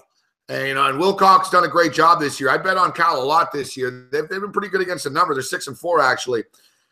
I think 6-4-1 against the number. I like where you're going with that. Hard to trust UCLA points. The UCLA players seem to be pretty upset about Jim Mora getting fired, though. So I don't know. I mean, do they roll over? I would say so. I like where you're going, man. I can't disagree with taking the points here. I don't think UCLA are going to show up and win one for Mora. He's not there anymore. Yeah. But the players do want to go to a bowl game. Thing is, UCLA players will try to win, but it doesn't mean that they're automatically going to end up winning by 7 fucking points, right? Just because they're trying to win by 7 doesn't mean they will. No, exactly. And they've still got a piss-poor defense that admittedly played as good as they've played it in weeks, if not an entire month against USC. I mean, the effort was there, but now with Mora fired on Sunday, does this team, where are they mentally? I think they emptied out the physical and mental tank as far as I'm concerned against USC, because you did see that spirited, inspired effort from UCLA last week. I don't know if you're going to see it again now. You're against California. I mean, California is not going to rile them up like USC did. And like I say, I think Justin Wilcox doing a great job. Cal, to get to 6 wins in a bowl game, they absolutely love it. And it's a better defensive team. I mean, all the stats bear it out. Cal's defense, is the better of these two teams on that side of the football. Catching plus points, a full +7 in this game. Sign me up. We'll look to Cal there. Wichita State kicking the shit out of Notre Dame, 37-23 at the half right now. I didn't get in on Sacramento. People were asking me about the game before it started. I didn't trust the Lakers after last night. Coming back. The Lakers are flaky. I see you guys in the chat saying, well, are the Lakers going to come back tonight? I don't think so. No, I don't. I'm pissed I didn't jump on the Kings, but I had my money tied up in the Utah Jazz, but we gave you the winner with the Utah Jazz minus the 8.5 and the Utah Jazz in the second half. Knew Chicago would have tighter legs. I wouldn't mind for this Laker team to come back a little bit, so the number could come down and I could jump in on the Sacramento fucking Kings. But don't worry, guys. We'll let it come to us. We usually have some good late night magic going. Hopefully it starts with that Utah game. We're on Wichita State. Looks like we're going to have to accept the split, and we're on the hockey. So what were you going to say, Babano? Just an update. Bodog Bovada, I just checked. We've got CFL Grey Cup props there, so that's good to see. So if you want to bet CFL Grey Cup props, Bodog Bovada have them. I think Bet Online later this week will have them. They usually have the CFL Grey Cup props, so there are Grey Cup props out there. Check them out. I'll be attacking them and looking for some good value there. Good stuff, Babano. We look forward to see what you come up with. We'll speak to you on Friday on the Fantasy Sports Network. Always a pleasure. Tell people where people can get your picks, Babano, and email, Twitter, get on your mailing list, and get your packages and all that type of stuff. Where do people find you? Oh, sportsmemo.com, which people know. That's where the handicapping, the picks are and all that. Of course, SBR here. We're doing tons of shows every week. Roundtable, NHL Ice Guys, CFL show. We're doing some college basketball videos throughout the season starting next week. Just play of the day type of videos are coming back. So that's going to be a lot of fun. So SBR, of course, on with you, Fantasy Sports Network. I'm telling you, check us out there. Morency Unfiltered every Friday with me, Gabe, and Cam. It is a riot. Just as funny as seeing Cam just chatting my ear off in the bar Sunday night, and then all of a sudden he gets up and says, I'm out of here. Like 10 seconds after he's laughing at something I say, he just gets up and says, I got to go home. I got to get the heck out of here. And then he's out the door. It was funny to see. But he had a few tricks. He hit the wall. He hit the wall. He sure did. Sure did. Yes. So I noticed why you're still recovering, Babano. You're not drinking tonight. No beers tonight, huh? You know better than that. Right here. What do you got? Let's see. There we go. It's just Labatt Blue. That's my weekday beer. Just run-of-the-mill pony piss beer, but it's good. That gets the job done. You can't get through a night. It looks like Babano pounds the back a little bit more than I realized. Yeah, but just Labatt Blue during the week. We go a little bit more. I don't want to say fancy, but yeah, you get the craft beers and the local beer and the week. You go a little bit. Yeah, you get the not just the standard off the shelf shit on the weekend. You treat yourself on the weekend. Yeah, exactly. We splurge a little. We go to the craft beer, the Lager Shed Brewery in Dundas here. It's fantastic. A nice little brewery there in town, so it's fantastic to go to that. Oh, I want to throw out one or two quickly. College football for Saturday. We didn't touch Saturday's board at all. I like North Carolina plus the points against NC State, that rivalry game. Because NC State, to me, they've run the gauntlet. They've had a big schedule, but they're running out of steam. And I think it's catching up to them. They lost to Wake Forest. This is a rivalry game where the road team and the underdog have dominated this North Carolina-NC State rivalry in recent years. I think it continues here. And North Carolina, for a 3-win football team, they're showing fight still. They're playing hard. They're trying. They haven't given up. That's a lot of points, and I think North Carolina shows up there. Air Force can't be favored against anybody right now. I'm going to look to Utah State in that game. I'm looking at UNLV +3 against Nevada, lean into Washington State against Washington in the Apple Cup on Saturday. And from an Iron Bowl perspective, it's the game everyone's talking about. Lean in Auburn plus the points. I think they've faced a tougher schedule. Their stats are comparable to that of Alabama's. They've faced Clemson and Georgia on their schedule. Alabama, life and death to beat Mississippi State, a team that, Auburn had great success against. So I think Auburn is live in that game. I also like the over. That total's coming down a bit, 47.5. I think you're going to see more plays from Hurts and Stidham in that game than people think. So Auburn and over in the Iron Bowl. That's a hell of a game. Can't wait. Babano, great stuff, Babano. Thanks for taking the time to be with us, buddy. And it was cool hanging out with you. Great times. Look forward to doing it again. Always a pleasure, buddy. Thanks for the time.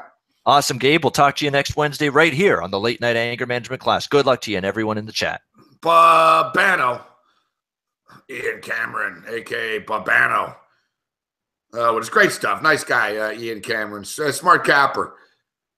He puts his time in. He puts the work in.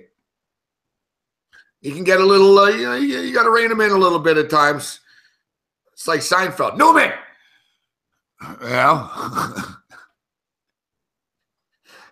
When Bano's like, they're horrible, they're horrific, they're bad.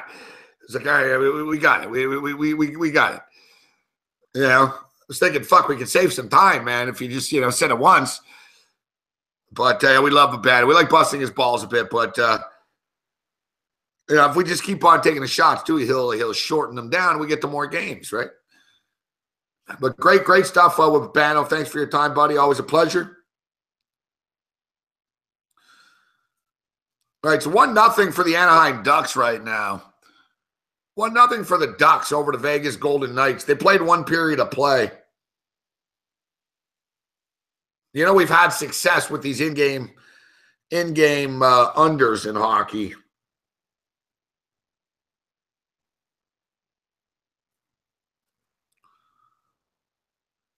I think the under 5.5 is the play. The Ducks are playing really good hockey now. Gibson's on fire between the pipes. I don't expect Vegas. I think Vegas is going to hit the wall tonight a bit. Back-to-back road games, even though they did have it was separated. I think under 5.5 is worth a look here. We just got to hope there's no fucking penalty early in the period. And we got to just hope there's no early goal in the period. And, we'll be all right.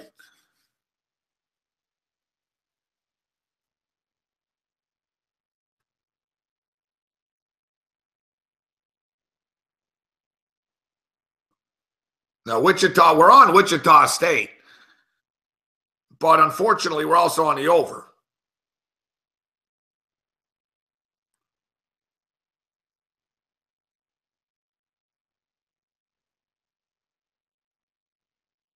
The second half number, Notre Dame minus 2.5, over under 78.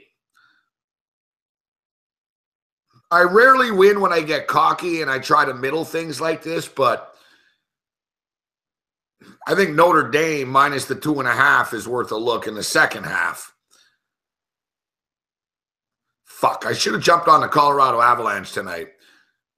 Dallas beat the Canadiens last night. Now they have to go to Colorado tonight. Good spot for the Avs. They're up 3-0. Left that on the table.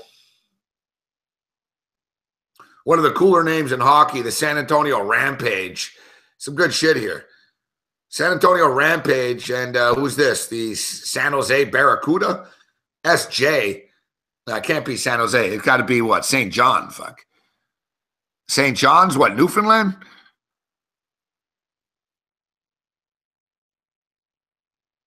Quite a game with the Bucks and the Suns, man. 103-102 for the Bucks right now. 4 seconds left there. Sacramento's up 52-39 on the Lakers. Sacramento are laying 8.5 in game. They're moving in on the half. We'll give you a halftime number. Yeah, like is Notre Dame just going to quit and roll over in this basketball game? Good to see you, Donnie.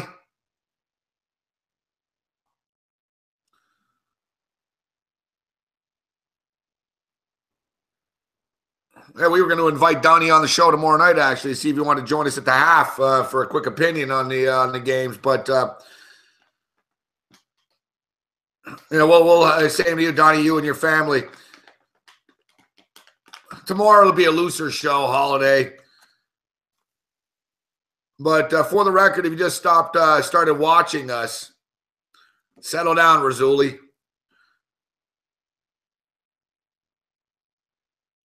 Fucking Razzuli's going to get us on the fucking the fucking NIA fucking hit list here. Fuck.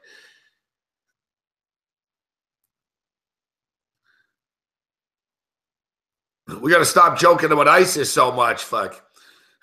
Next thing you know, we got Razzuli's of the world joining us here. Hey, I heard this is a friendly chat room.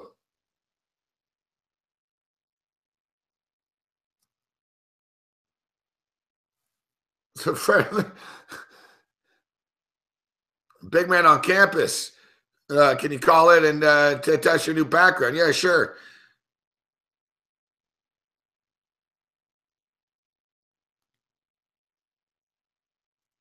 Although we are about to take a break here.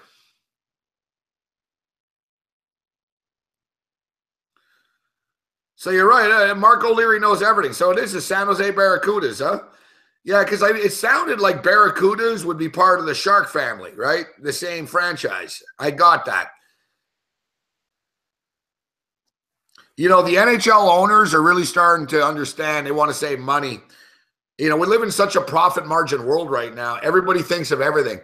You look like the Toronto Maple Leafs, their farm team used to be in St. John. It would be in New Brunswick, or it was in Newfoundland, I mean. And it was in Syracuse, I think, or whatever. The Leafs sort of bounced around their farm team. Now, the Toronto Maple Leafs farm team, the AHL team, plays 10 minutes from the fucking main team. And I always wondered, well, how are they going to draw? But they actually do. They actually do. The Marlies draw pretty well. The Marlies are pretty good, too. They draw pretty well. AHL hockey is good hockey. Like, I think AHL hockey is the best minor league hockey, best minor league of any sport. You know what I mean? AAA baseball is very good, too. Like, you go to a AAA baseball game, and you put Major League Baseball jerseys on the players, you wouldn't be like, oh, what the fuck's going on here? You know, it's a little different, but AHL hockey and NHL, the AHL is a good league. Like, AHL is not a clown league, man. Like, you know, if you're, you know, you got to be NHL caliber to play in the AHL. So, yeah, so, you know, look, San Jose, Barracudas, Toronto, now they play in Toronto. Montreal fucking moved their team from Hamilton to Laval. And basically, it's closer. You can call a player up right away, day of the game. You know, someone's got an injury in the practice.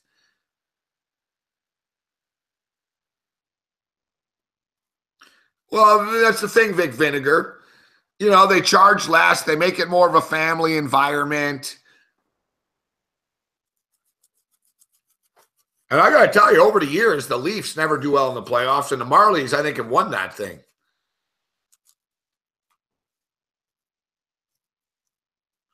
I bet AHL hockey. Like, you know, like I said, it's AHL hockey is like betting on the NHL. Fuck. And the thing, like, you know, like minor league baseball, like AAA baseball is a shit show. Like, you bet fucking Pacific Coast League baseball, like the Dodgers farm team in Albuquerque versus the fucking team in Reno. It's a shit show, guys. It's like 17-16 and shit. There's a million runs scored. It's not real baseball. You know, the AHL hockey, each team in the league, it's not like, oh, we're a minor league, so we're trying to score a million goals. No, no, no. Each team in the AHL plays the same style the pro team does. You know, so when the players are called up, they're expected to fit right in.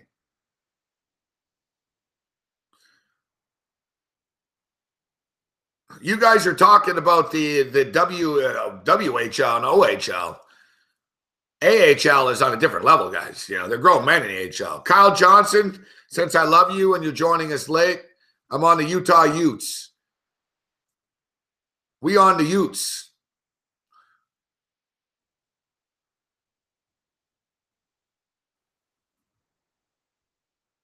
It's 42-57. A little bit of a spark here to start the second half as far as points are concerned. Maybe you can get there.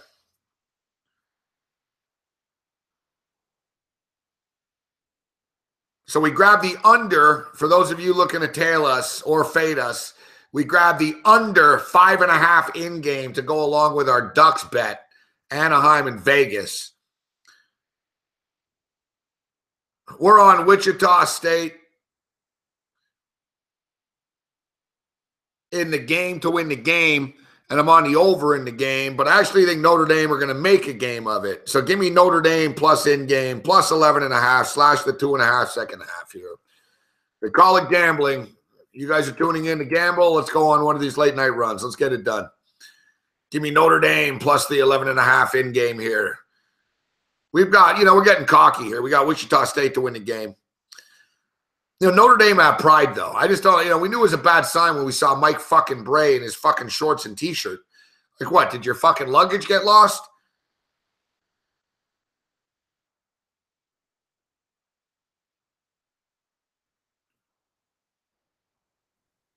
Wow, I thought this Utah game was tipping off soon.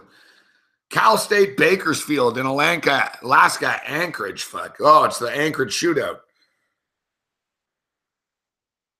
This is the tournament years ago that Glenn Rice fucked Sarah Palin at. Michigan Wolverines played in this thing, and Glenn Rice did Sarah Palin. What a life. Hey, Glenn Rice was already my favorite player before that, too, before I even knew that. What a life Glenn Rice has led. All-time NCAA tournament leading scorer. Set a record, fuck. Just scored like 248 points or something in the tournament.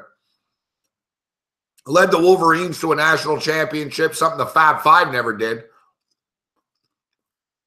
If you're wondering about my dad, you know, thought if I'm off junk food,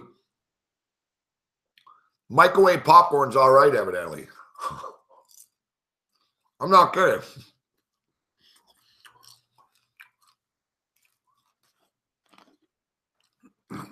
I didn't put any butter on it or anything like that, but like I said, I'm all over these medical fucking health things and shit. And they're like, you know what? If you want a snack, microwave popcorn's actually all right. And it's actually, there's a couple of things that are actually good for you in it. But they're like, don't put anything on it.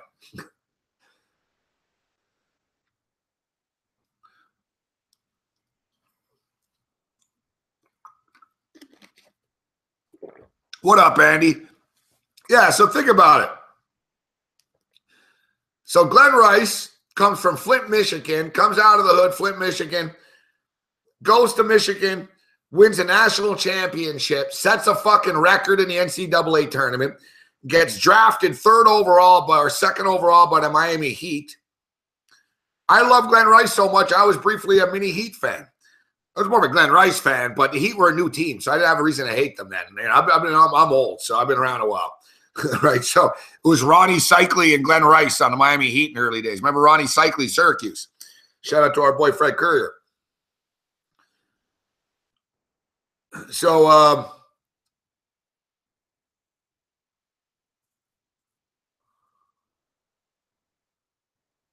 no, I am eating, listen, I slipped up a bit today, but not really. I've been eating carrots. I ate the grapes all day. I'm pounding the fucking fiber pills. I'm eating fruit. I'm drinking water. I had a meatballs fucking sub from fucking Subway. Shoot me.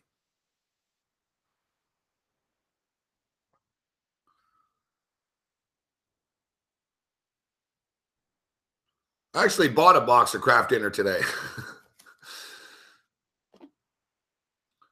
Yeah, so I had the Subway. I'm going to get more hardcore back again tomorrow. But like I said, I'm not planning on never eating anything fucking bad ever again. But for 47 years, I beat the shit out of my stomach. I've already lost my gallbladder, and I was close to some other medical issues. Like I was fucking dehydrated and shit. Too many frozen dinners, man. Sodium.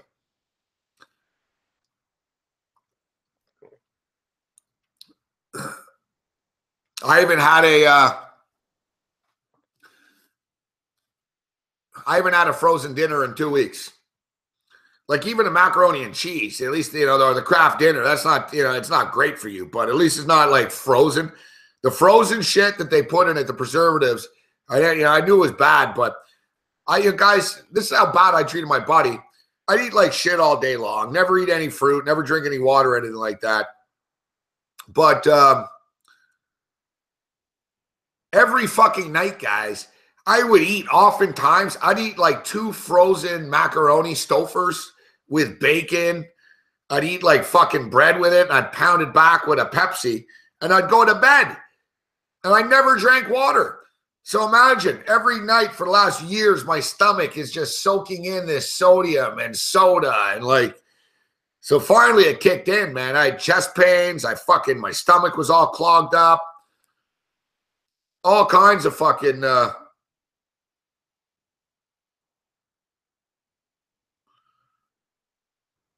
it's called hazmat. That's not good. Don't tell me that. You're telling me the powdered cheese in Kraft Dinner is fucking like a toxic chemical? What up, Rumblade?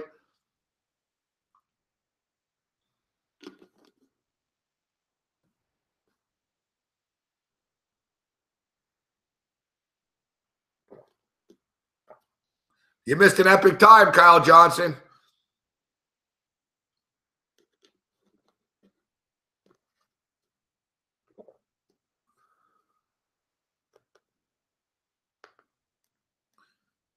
Yeah, I had like almost a Mountain Dew tonight.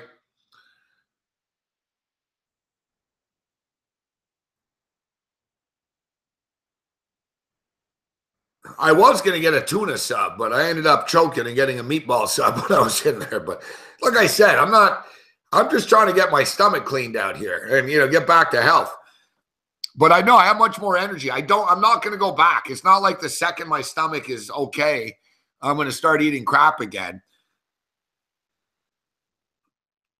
I'll be honest with you. You know what my plan is? I'm going to eat better all the time now. I'm going to continue to, I'm going to treat myself better all the time now. And I'm going to be like a normal person and shit. I'm going to treat myself. I'll have a pizza once a week instead of fucking every day. You know what I mean? I'll sort of, all right, I'll have a pizza tonight. I couldn't continue to eat the way I was eating. I always knew at one point in my life I would have to like sort of change my habits.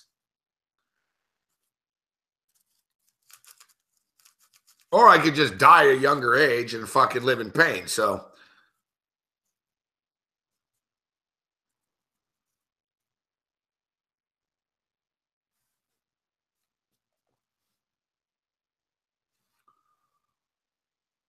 I don't really have a halftime pick here, Marcus Johnson, for the Lakers and Kings.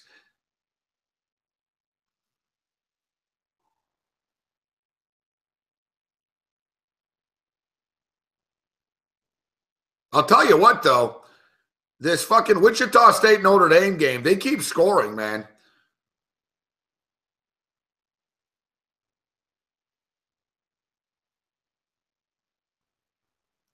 The over's not quite in play yet. I wish I would have jumped on that 123. Look, Mike Bray's all into this shit. You're right. He's not even shaving. He looks like Geoff. It's 46. Notre Dame will cut this shit to 9. We got Wichita State on the money line, and we now have Notre Dame plus 11.5 in the over. We'll see if we can try to, how can we, can we go 3-0 somehow? Wow, Wichita State just turned the ball over. I'm glad I jumped in on this Notre Dame. The Irish are all fired up.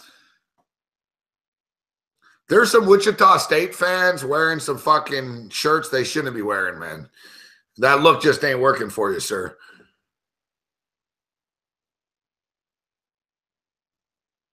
Notre Dame with the basketball, trailing by 9, 14:50 left.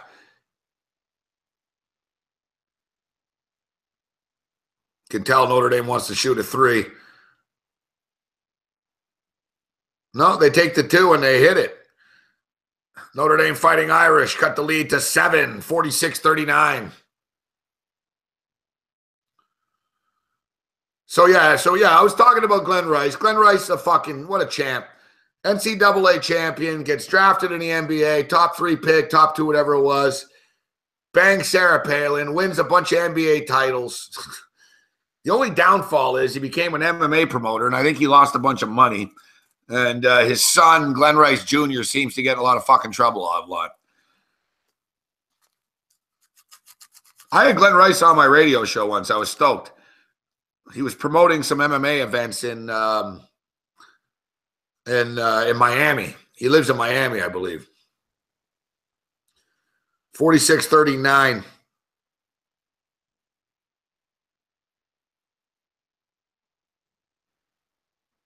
Here come Notre Dame. Fuck. If I didn't already have Wichita State, I'd say, you know what? Take Notre Dame plus 330 money line. And basketball's a game of runs. Notre Dame's got it going on right now. If they make this next basket, this shit's getting real. How is that not a foul? Holy fuck. Kid on Notre Dame just got killed. I've never seen such a hard foul. Kid on Notre Dame's hurt.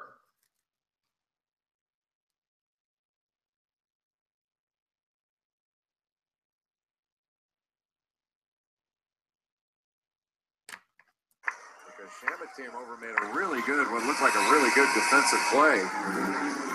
A full head of steam to the basket. He lost it on the way up. Just lost the ball. Let's look at the right. Looked like he got swatted in the head, but he didn't. There and broke his fall, as you can't help but doing with that right hand. Ooh. So he has gone to the bench. But he's getting ready to check right back in. DJ Harvey came in, but Gibbs has already gone back to the scorer's table. And he's only going to miss a few seconds, as it turns out. He'll try to shake out the bees or whatever he's got going on in that right hand or wrist. Farrell's got a difficult matchup. One of the best defenders in the country, Zach Brown, on a length and athleticism. And he stepped out of bounds.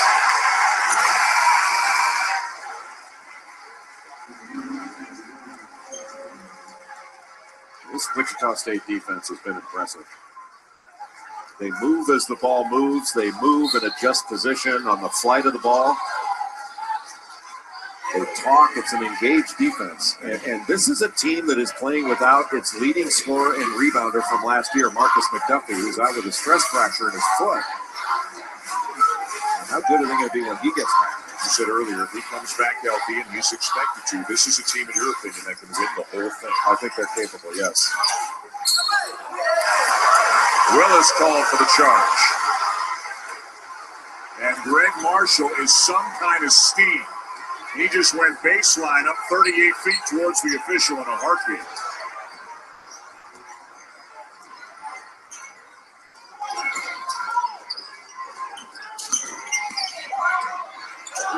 Luger to a cutting Colson and a foul. Luger just found Colson at the last second. He went up rightfully so to shoot that. You shouldn't leave the floor to pass, but Landry Shamet does such a nice job of staying in front and forcing him to make the difficult play. But that was a great cut by Monty Colson. Jason, foul trouble for Wichita State. That is the fourth on Nerger, and he was in the game because Morris, the starting big man, has 3. But here comes Shaq back into the game. Unusual to see Colson miss so many free throws. Came into the game at 78% of the season. He's 2 for 5 tonight. Nerger, who's played well, has to sit.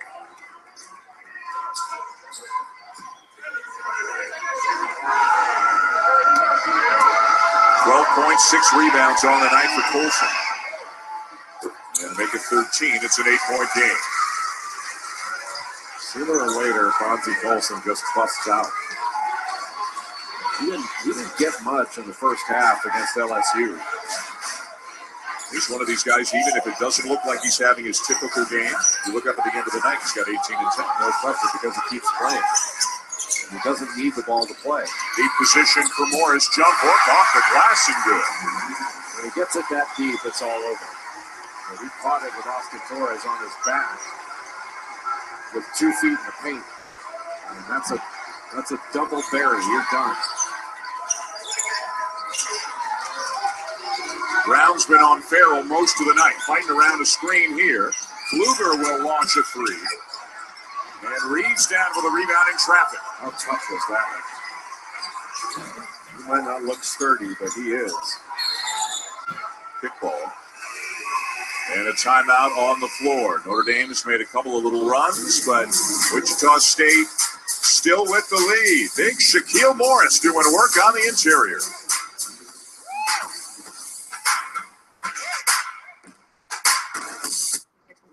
Jen. Mark. Wow, it's been a long time. It has. How you been? Good. Really good. Jake, this is Mark. We used to date. Hey, Chief.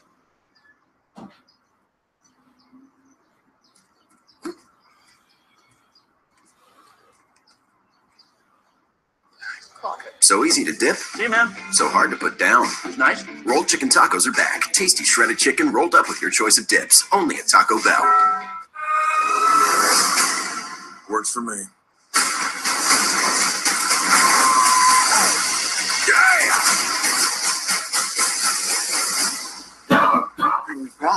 Justice League Committee PG-13. Is this for me? No.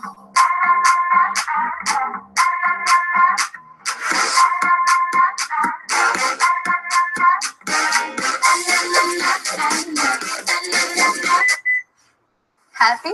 Woo! Let out your inner child at the Lexus December to Remember sales event. Lease the 2018 NX300 for $319 a month for 36 months. Experience amazing at your Lexus dealer. For 100 years, heritage and innovation have made Gillette the #1 shave in America. Now get Gillette quality at lower prices every day. Brought to you by 1,200 workers in Boston. We're proud of giving you our best. Gillette, the best a man can get. Battles aren't won solely on the field. Battles are won within. Over enemies of fear. Enemies of doubt. In that place where promises are kept. In the heart of every Marine you'll find a promise. A promise of battles won.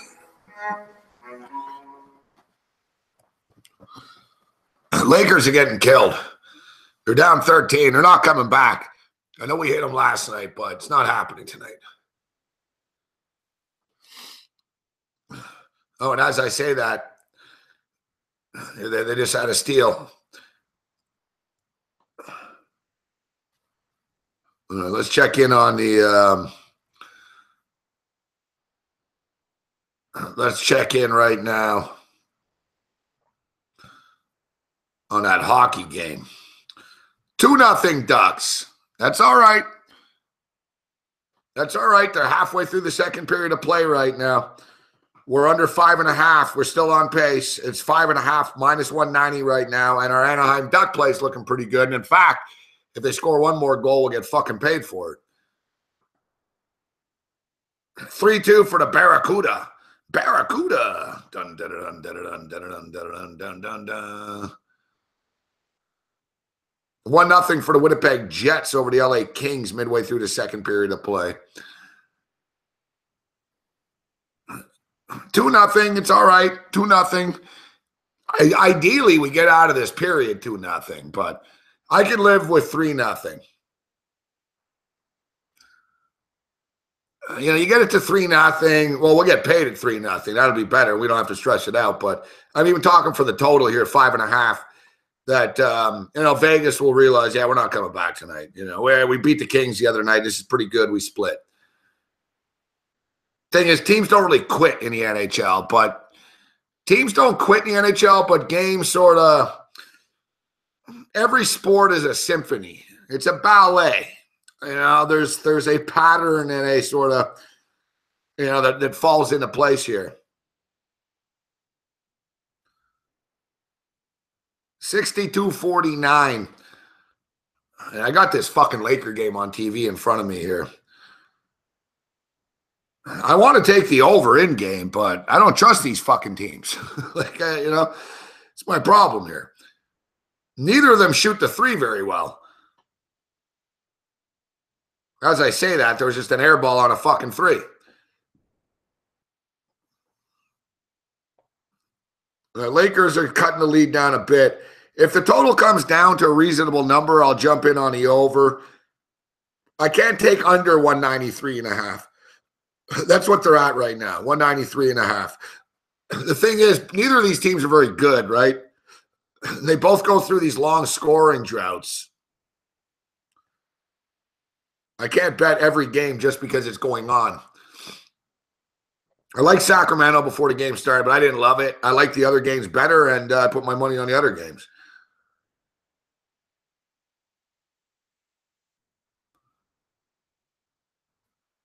We never fucking finished. So what's up with this fucking this Anchorage fucking game anyways?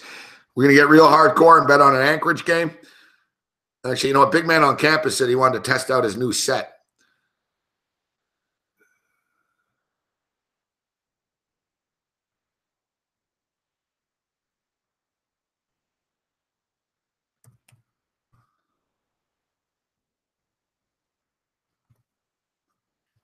Looks like we might have to increase our play on the Utah Utes. Like I said, I like, UNLV. It's been a nice start to their season, but who the fuck have UNLV played so far this year, man? Oh, shit. I got to fucking get these fucking picks in right now.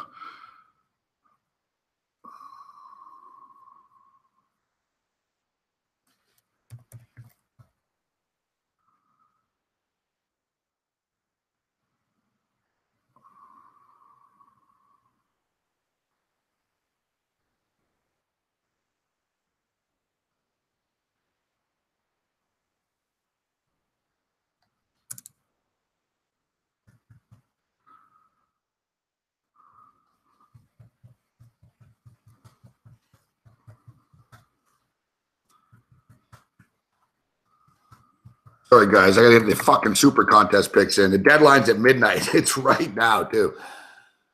Fuck me. Cowboys.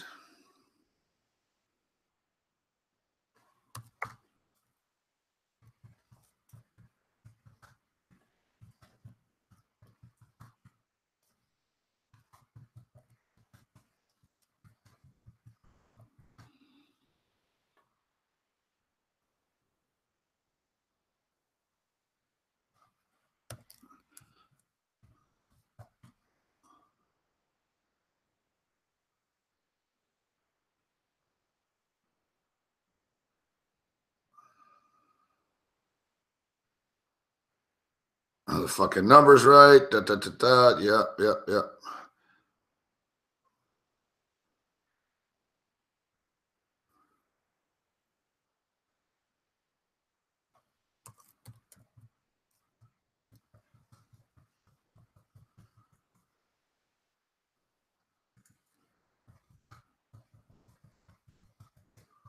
1 minute late. Sorry. I'm on air doing this live. I just took the Minnesota Vikings, the Dallas Cowboys, the New York Giants, the Buffalo fucking Bills, and the Tennessee Titans in the Super Contest.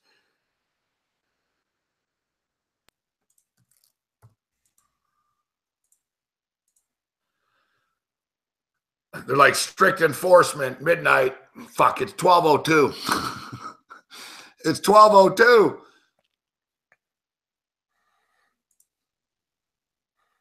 Gabe.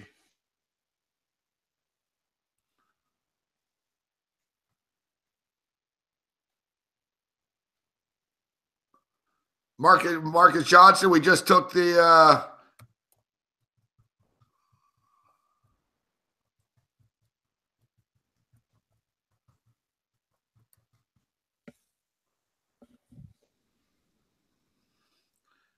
Vikings, Cowboys, Giants, Bills, Titans.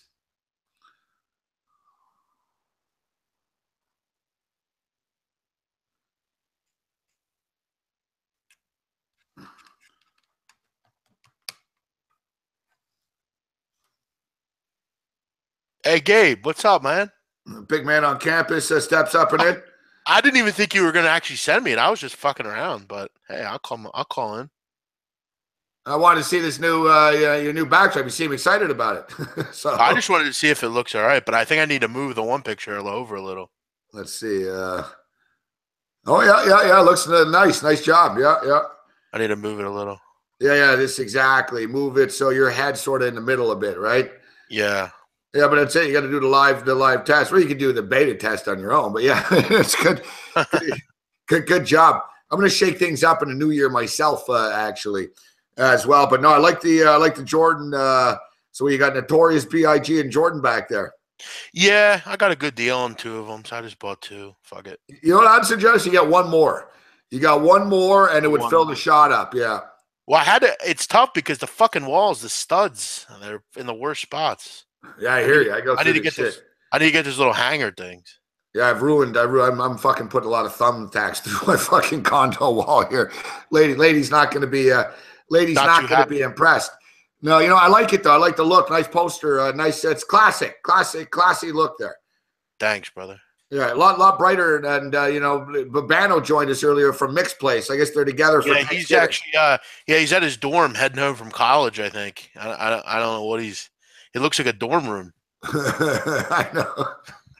He used to have like that little little computer behind him with like the show on it. It was perfect. But Nate Brooks says, "Come on, man, you have to have Allen Iverson up there." I'm a big AI fan, which is clear. But I love Jordans. I'm a big Jordan guy. So he's the greatest. So I mean,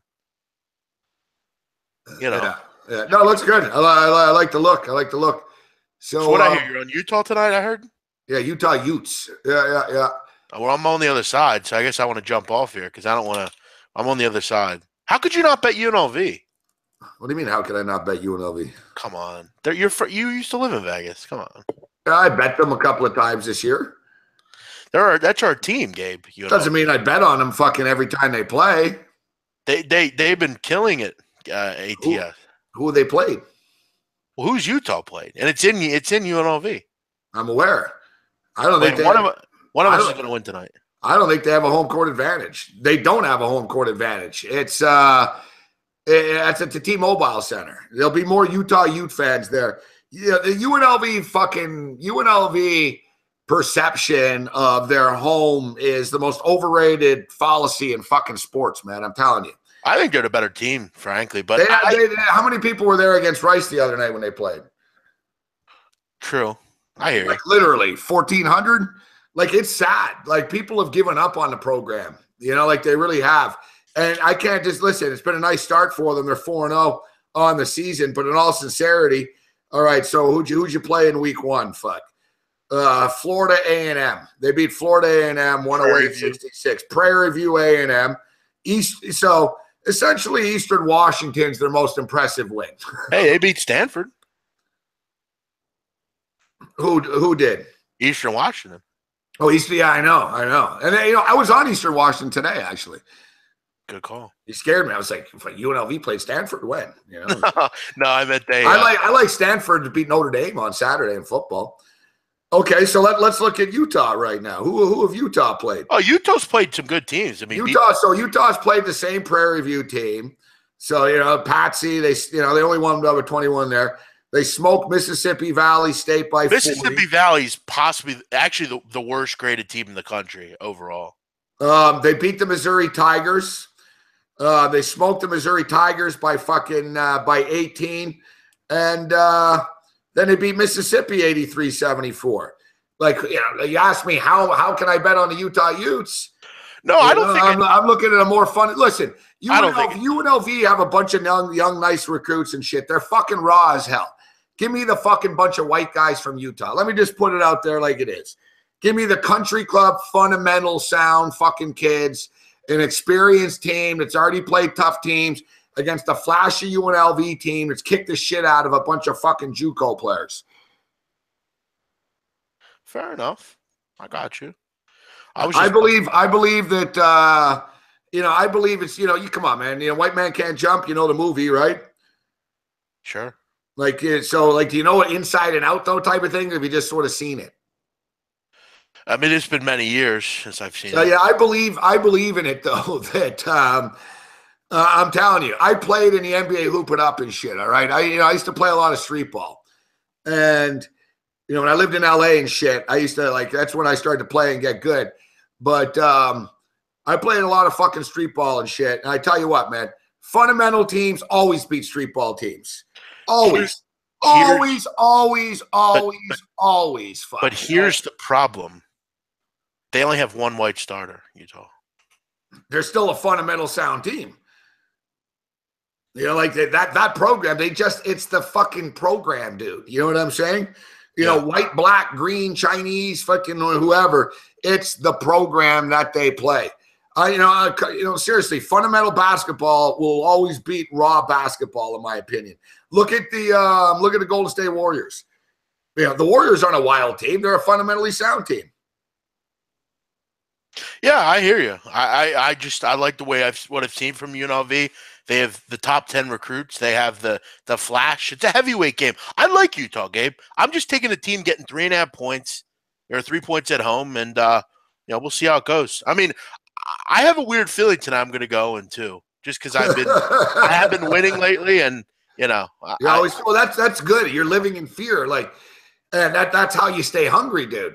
That's a good thing. You always got to be worried about fear around the corner. The day you get complacent right away, that's when Lord Gambler comes and strikes you down. That's the way it works. Yeah, I gave out a loser tonight, and I just had a kid on Twitter basically say, "Are you kidding me? How could you do this? You give it a 13-point favorite and they lose outright. What the fuck was that?" I mean, this is what I'm hearing on Twitter, Gabe. It's amazing. I got to be honest too. My boy Cam Stewart this morning. Yeah. Cam can't buy a break. And he's like, "Oh, you know what?" He goes, "Your man, big man's on fucking fire." But he goes, "The one pick I took last night lost, of course." I went 2-1. He picked the one loser. What do you do, right? I can't get 3-0 every night. Fucking hell. No, that shit happens.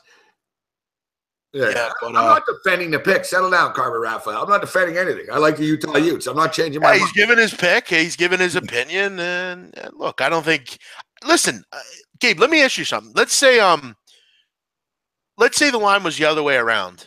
Would you take Utah, or who would you take? Wouldn't you just take the team getting points in this matchup?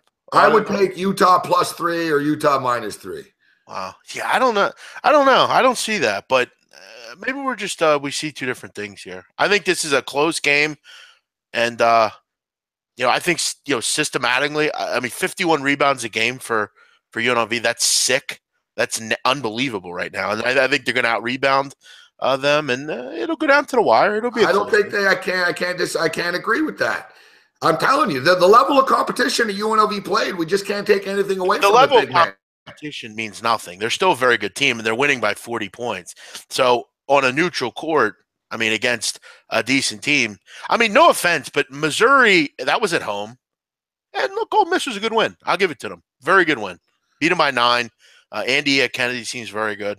We'll see. It's going to be fun, Gabe. We're head-to-head. We're going head-to-head here. It didn't work out well for me on Sunday night going head-to-head with you. I tell you that much. Good point. That didn't work out well. So, hey, by the way, you never told us what happened with the, or at least I didn't hear what happened with the girl, the boyfriend. Whatever happened with that guy? Oh no, it was cool. I walked past and I sort of, it chilled out. The chick fucking, didn't look my way ever again, basically, But I think the dude looked over. I think he figured out what was going on. We were on the air and stuff like that. But yeah, nothing happened in the end. It's disappointing, the whole night. But I guess it was good timing because the second half was just so bad. So yeah, people are split. You guys are taking sides. Fuck, I'm going to remember, and I'm kicking anyone out that's not on Utah. This is definitely a toss-up game for sure. So look, Shano's with Big Man. Thanks, Shano. I thought you were a fan of mine. Andrew, go fuck yourself, Andrew. Rayfield was just banging you, and now he's on your side. No, I'm just kidding, guys. You guys can bet on whoever you want. I'm on Utah. Carmen says they haven't played anybody. Settle down, crusty clown. Rod Garrison says he's with Morency. Utes. It's like an election, Big Man. We're running for office here. Fair enough. Nate Brooks is preaching healthy living. What's new? All right, who else? Who else is betting this game? Who else is betting this game? Kitchen Arranger Ray says Utes. And then I'm just kidding, guys. I'm not taking it personal if you take UNLV here. Van Fob's on the fence. Get the fuck out of here, Van Fob. Just give an opinion. Yeah, I'm just kidding. David H. Johnny Cash. Johnny Cash is on my side. Good. Nathan Brooks. Bingo, my man. David H. I'll remember this, David H. Hey, settle down, Babana. You've been saying some rude things tonight. I got to tell you. Jesus Christ. You're bothering Jazz, and then you're busting Nate Brooks's get a job. You're talking about Mike Bray's outfit, and you're wearing some sweater. It looks like you wore when you were in 7th grade. All right, Greg Mattson. Greg says UNLV plus 3.5. Matt, what up, Matt in Cleveland? I like you, Matt. What are you saying, Matt? All right, Rod Garrison says he's 8-2 with my picks. I heat up in the late night hours, big man. I don't get credit for it. It happens in the middle of the night. Yeah, well. Plus, I only bitch about my losses. I don't talk about the wins. So Garrison, 8-2. Hey, last 24 hours. Hey, Jonathan Nelson. All right, I'm losing the poll here. If this is a poll, I think there's more people on UNLV right now. Listen, I really want to make people aware. Listen, I've done well for 2 weeks. I'm going to lose at some point. So if you're just betting because I bet it, I mean, I wouldn't do that. Go with what you like. Gabe might have a good read on this game. I got a feeling he's going to win. Now there's pressure on us because whoever loses, people will be like, I fucking should have listened to fucking Morency, or I should have listened to fucking Morency. I should have went with fucking with Big Man on this. And like I said, I'm not telling you this is fucking my lock of the night or anything like that. And hey, if you want to tail it, all right? I don't believe that UNLV has beaten anybody. I think UNLV are not as fundamentally fucking sound as the Utah Utes are. Yeah, but Gabe, the whole beating someone thing is one of the most over. Gonzaga didn't beat anyone last year either, and look, they went to the tournament. Yeah, but we're 4. No, I get that. I don't discount Gonzaga, but I'm talking about this early in the season. We have one team that's already played real teams. We have one team that's already played against Missouri. We have one team that's already beaten Ole Miss in this fucking setting 2 nights ago in Las Vegas. I am going to. I'm going to shred you if this one wins.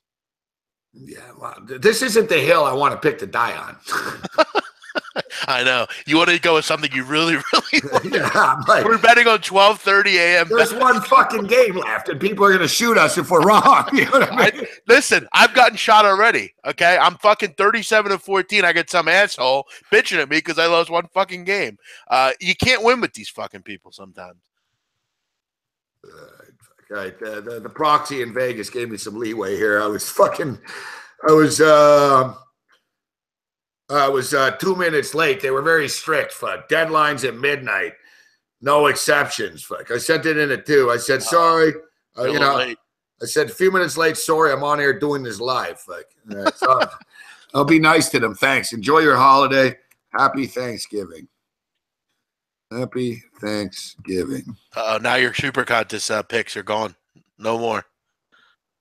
Yeah, I got to be nice to the proxy here, you know? Yeah, perfect rotation. You keep asking me that. I'm not a bookie. Where do you find this stuff?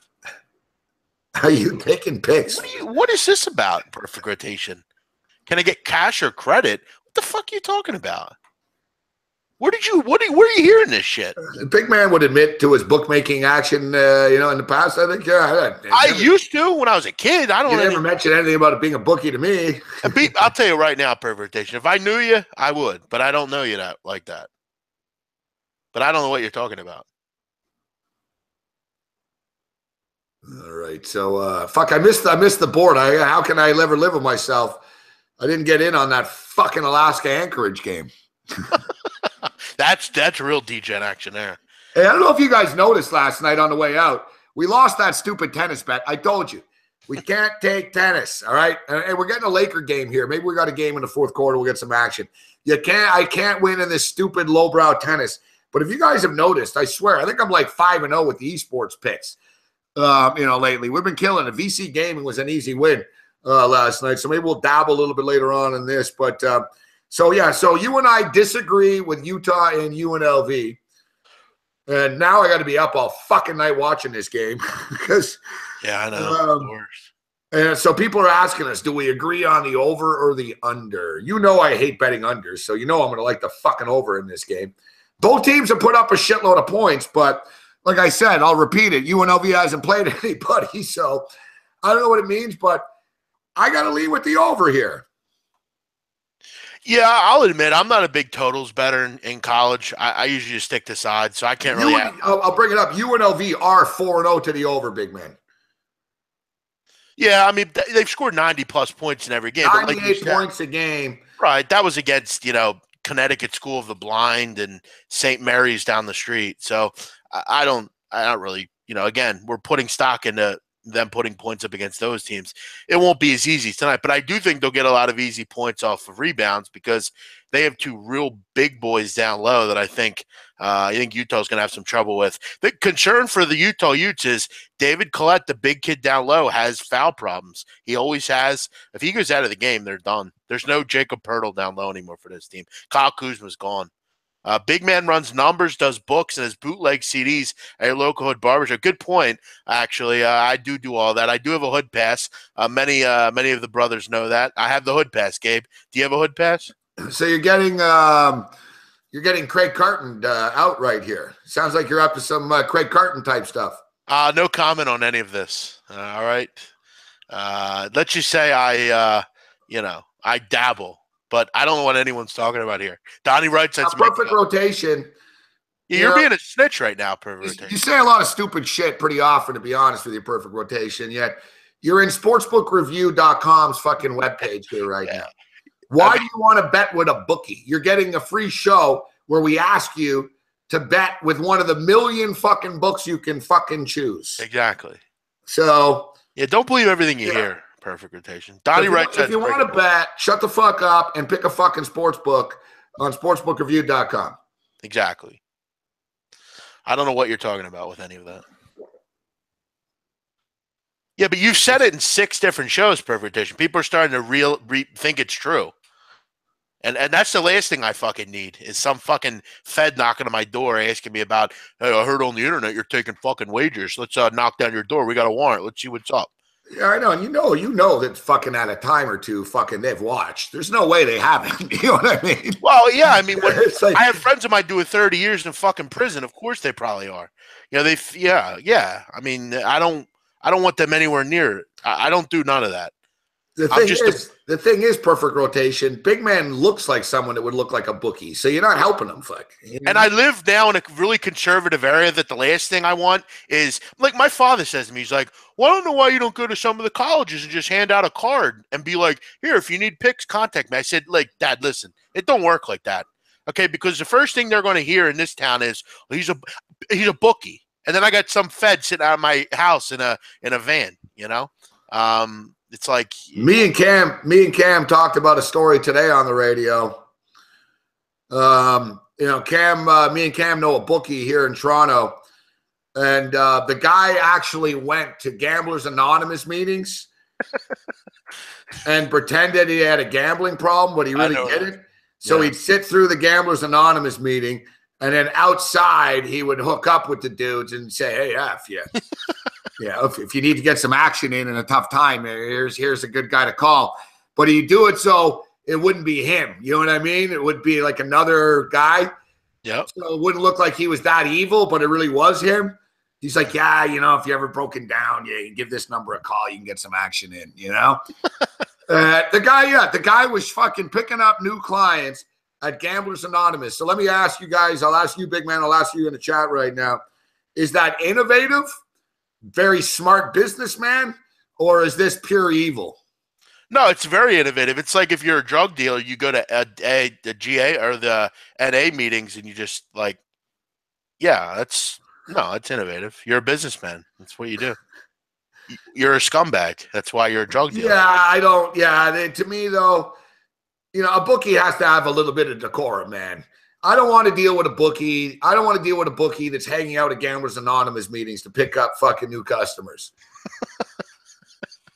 And it's a good point. I mean, most people at GA are broke anyway. So, I mean, that's a good point. I guess, you know, the moral is smart business and pure evil. I guess the moral of the business thing is, I guess smart business is pure evil, right?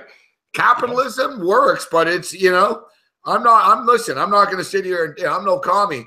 I believe in capitalism, but the fact is, you know, you got to get your hands dirty, capitalism, fuck. You know? Nielsen, you know, they got to drain that water from somewhere, fuck. You know what I'm saying?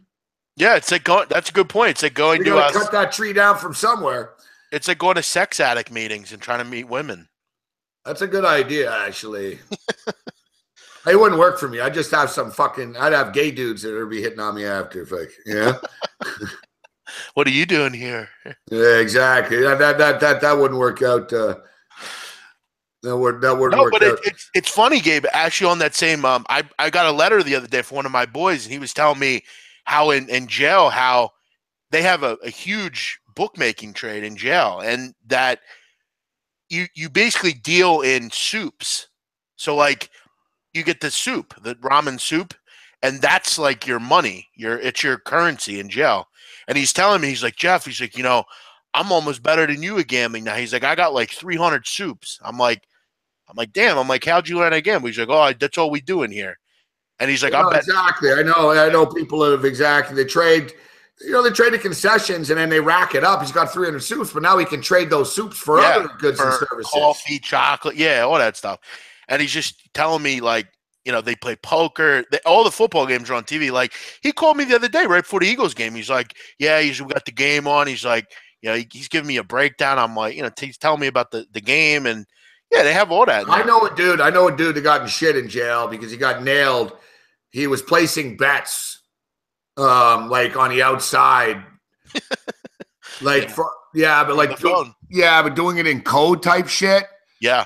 So, like, you know, like literally, like, you know, straight out of fucking Oz, like they cut out fucking letters and shit, and like magazines. Yeah. Like they came up with a system, and it was basically, you know, so they had a little thing. It's not that hard because you can, hey, Notre Dame's playing. Yeah, 5. You know what I mean? Sure. What does that mean? Notre Dame 5. You know, like, so they sort out a number system. When I say trees, that means $2,000 on Notre Dame, you know? So they had like a system. Buddy got nailed, fuck, and he got months tacked on. They proved. But I'm trying to like I'm just. And in fact, I'm no kidding. But I know a guy as well as his buddy.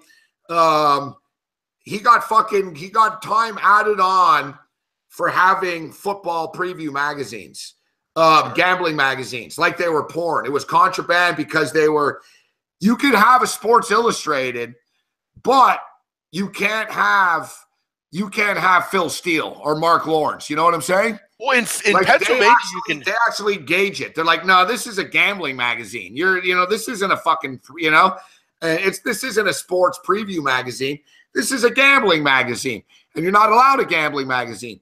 So I think actually it's there's though. like a balance between like what magazines they can get. Yeah, you can't just send someone some fucking pick magazine in jail in some states. I tell you, you can't do it. Yeah, he actually. I've actually given when I see him, I give him mags. Like but he always asks for like Ring magazine and like. Yeah, those are normal kind of things. Yeah. Try to give him a gold sheet, see what happens. But right. Yeah. that's what I'm saying. Give him a gold sheet. Yeah. They're gonna go inside. They're gonna go, what the fuck's this? Oh, what? You getting predictions? Like what? You're running a bookie ring inside? Yeah. The screws aren't stupid. You know. Well, I wonder. I don't know what's going on. I wonder though about like with Billy Walters at this point. Billy Walters is in probably the softest federal prison in America. It's like a camp basically. But I wonder like how does he get his action out to the? See, exactly. Like Andres says, he was in jail. USA Today, Sports Weekly. You know, like they'll cut the lines out of the papers and shit, bro. Like, yeah, you got to get your hands on. Like, think outside the box. I'm telling you. I know, man. My buddy sent a bunch of football magazines to a dude, and some of them got rejected because they were deemed gambling. Yeah, it's but like, what is he doing now? How does he get his action out, Billy Walters? I guess he can't, right? Dude, Billy knew for so long. And all right, guys, I'm going to jump on the over the game. It's late night DGen time. We're on the Utah Utes, and we're going to grab the over as well here. Utes in the over. What's going on with this Notre Dame game? Yeah, I got to take the headphones out. It's the same thing anyways. It's close. The game's close. I think it's a 3-point game. You know the thing with Billy is, big man, he knew he was going to jail for so long. He's had time to set up his systems. You know what I mean? But you have to think he's under major scrutiny with, like, he has to have coded language and stuff. Yeah, no, but he doesn't have to do that. He's got a couple of guys that he fully trusts. Where he just is like, hey, you know. Left it in trust. There's fucking, I don't know if people realize the way Billy operates, but he's got one expert per conference. Right. All right. So, like, if you're damn good at college basketball, big man, you could be. So, like, if you fucking went, he sees you're 37-14, and not just for a week, but you impress him enough. You know what I mean? Yeah. He'll bring you into the fold, and it's like a fucking law firm or something. Right. You'll get assigned some shitty deal. You know what I'm saying? It'd be like, all right, big man, fucking, we want you to cover the Jaspers, Siena, Iona, St. Peter's. You're in that area. I want, if someone fucking takes a shit and misses the toilet, I want to hear about it in St. Peter's. You know what I mean? Yeah. Like, it's your responsibility to cover one conference. And he's got a guy for each conference, and he's got a couple of guys for each conference. And then they report up to sort of, it's like, think like Wall Street. They'll report up traders, they'll report up to a guy, and then it gets up to a management level where they'll say, all right, let's hit it. And hit it fucking, for $600K or whatever. And they'll dabble. They'll put $14K at one book because they don't want to shake the tree too much. And then sometimes they do. Sometimes they want to move the number and freak people out. And then they want to buy it back, right? So there's a lot of crazy shit they'll do with that. But they sort of have a team of guys. So I would imagine now there'll be a couple of guys that sort of have power of attorney. He'll probably tell them don't go over 200,000 on some. You know what I mean? Like, Billy's not betting $19 million a game and shit. Right. The thing with Billy Waters is he fucking bets like crazy volume. It's funny because people say, oh, the wise guys only play 2 games a night. Billy plays like 70 games a fucking night. Like, wherever an angle is. Malinsky talked about it last night, right? And Malinsky worked for him. And Malinsky talked about it last night. I'm not betting on Rice. I'm betting on this. And if they see what they deem to be value. But the thing is, he does it for fucking every fucking sport, and then he does it for every fucking casino game, every fucking stock. So if somebody finds out, listen, there's a row of slot machines over at fucking the Golden Nugget of Fremont that are paying out 0.4% more than the fucking other ones, he'll have a bunch of fucking dudes sitting there dropping coins in them all day. He knows everything about fucking everything that fucking moves in that city.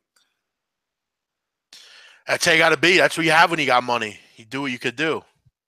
Guy's a legend, fuck.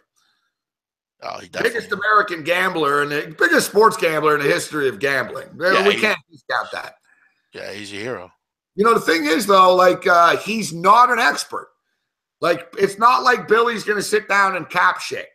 his thing is knowing. He obviously understands numbers, but he just knows, when to hold him, when to fold him type shit. You know what I'm saying? Like, he's just got that gambler's Midas touch, the stock touch, 66, 65. Here come Notre Dame. Ideally, Notre Dame do not score here. Boom, they don't. Oh, no, jump ball. Fuck, I hate jump balls. Or a possession arrow, fuck. It's fucking bullshit. It should be a jump ball, fuck. Possession arrows. Horrible. I fucking hate possession arrow. It's the stupidest rule in college basketball, big man. Yeah, it is something they need to change. It's one of my least favorite things. I agree. The only time you like it is when it benefits you. I know. It's just fuck, man. They'll never make a movie about Billy. He would never agree to that. I don't think he would. Yeah, he will. Yeah, he's an egomaniac, dude. I mean, I felt like it was almost pulling teeth to get him to do that 60 Minutes interview he did. Nah, come on. He just, he loved it. Ended up putting him in jail, pretty much. When will these people learn? Like, remember the head of Bodog, Calvin Irie. Don't go on these shows. Yeah, but Gabe, let me ask you a question. Okay, because I was thinking about this. He made what, $30 million in that insider trading thing? Yeah, well, would they find him 10? Well, let's be real. How much? I'd do 5 years for $20 million any day. How much do you really think he made? The guy made hundreds of millions. I'd do 5 years for it. I wouldn't even give a fuck. Give me 5 years right now. Well, I'll be honest. For everything he's gotten away with, yeah, he's getting off squeak. And I guarantee you, dude, he's not in the yard getting fucking punched in the face right now. He's in Pensacola. It's the easiest prison in America. Out of all the federals, it's the weakest. What, it's literally the simplest federal prison in America? Yeah, they do. Goes to show, number one, some of the pull that he has right out of the gate, right? It basically only people that are there are like, and I know about it because politician, criminal, Wall Street. It's like, it's like Wall Street guys, hedge fund people, and they literally, this is a true story. They do yoga. Like Tim Donaghy was there. They put him there, and they do yoga, and they have, the dorms. It's the weakest federal prison in America. It's the lowest of low, and I mean he'll do 4 years. He'll be out in 4 years, probably less, probably 3.5. The thing with Billy is it's all connected to the city of Vegas, right? Vegas is just the way that it is. It wasn't Vegas that shut him down. It was the feds. Right. I mean, Billy owns like a bunch of golf courses. When people found out the land deal, somehow one of the city councilors gave him a lease for $1. And people like him, well, I mean. It's right out of the movie Casino with the fucking board and the gaming commission and the land commissions. Vegas works on envelopes. It's the Wild West, And they were just gunning. Yeah, they were just gunning. Fuck me. They were just gunning for him. I can't believe this. Fucking Notre Dame's going to come all the way back and win this fucking game. I'm on them on plus 11.5, but fuck. I would have taken the fucking money line, but I was already on Wichita State on the money line, and I tried to middle this shit. Fuck me, man. Hopefully, miss the fucking free throw, go to overtime, and get us a Wichita State win. Very good job of shaping up to the ball.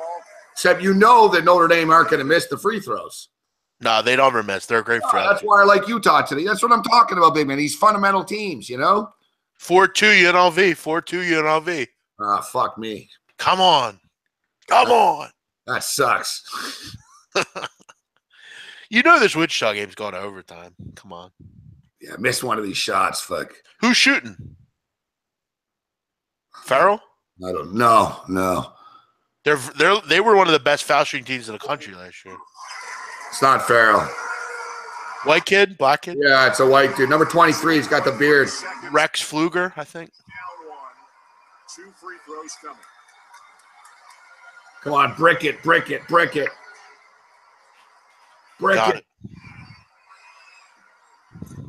Oh! Look at that bounce. Those rims are soft in Maui. Oh. This is a bit. If they can get this is huge for Notre Dame. Right now, you and I are. This is too much fun. Notre Dame leads. Wichita State has. What do you draw up here? 2 seconds left. Fuck. What a choke job. You got to go the whole court too. I should have just grabbed Notre Dame money line instead of the plus 11.5, but whatever. Hey, Gabe, another thing I hate about college? Now the play out of the timeout here. Okay, there's 2 seconds left. You know what I hate? What they do when the kids like get it and like try to throw it down the court like that. Does that ever work? No, Ever? it worked once ever with Christian Laettner. It worked once. Yeah, exactly.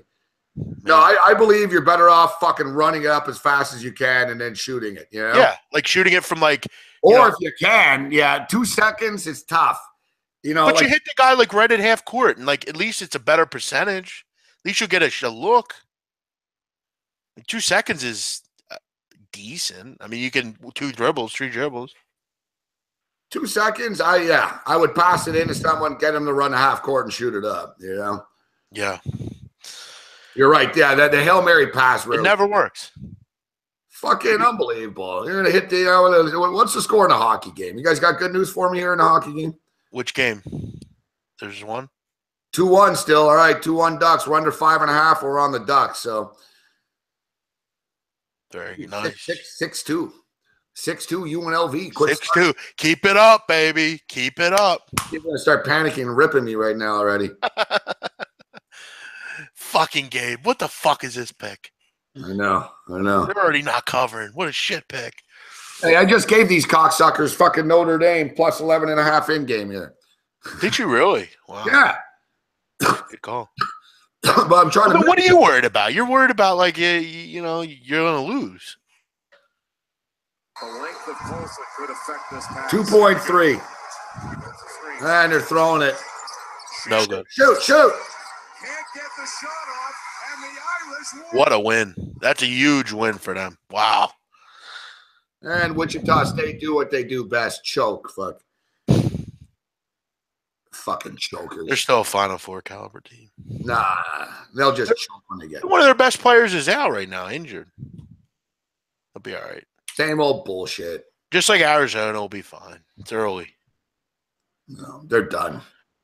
NIT. Get the fuck out. I'll bet you that. I'll bet you 10,000 they make the tournament. NIT, fuck. If they're lucky, CBI, fuck. Fucking Vegas 16 tournament. Yeah. College Insider. Here's fucking Vlade Divac celebrating like they just won the NBA championship. Settle down, Vlade, fuck. Vlade's a legend in my country. Oh, is he, huh? Even though we hate Serbians, he's a legend. But all right, Gabe, I'll let you go, buddy. I know you got my stream won't open for this, but of course it's open for the Notre Dame game, but the UNLV game won't open. All right, big man. Settle down, crusty clown. We'll see you on Friday night. Sounds good. Hey, so what? You're not celebrating nothing tomorrow, huh? No, I'll be on the air. I'm doing a show tomorrow, and no Canadian Thanksgiving. You're an honorary American. You got to celebrate. You come to my house, Gabe.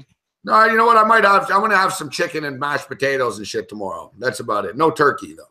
Sounds good. I can't be cooking turkeys out. That shit takes like 12 hours. Well, hey, the invite's open at the Nadu household if you're interested. I appreciate it. Happy Thanksgiving. Have a good holiday.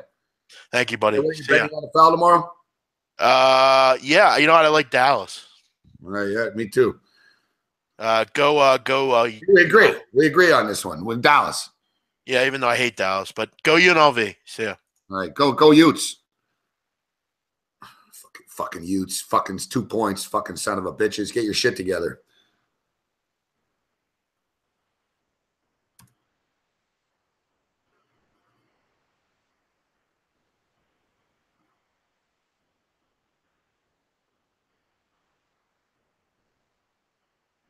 Come on, man. Man, the stream won't open for the UNLV game for me. I got to keep trying. It's on ESPN too. Oh, fuck. I'll get this. All right. It's just sometimes Bosscast fucks me up here. If I watch games all night, it sort of freezes, and there's no way that they're overwhelmed. How many losers are actually up right now like us watching UNLV and Utah play? Oh, here we come. 9-6. Over looking good.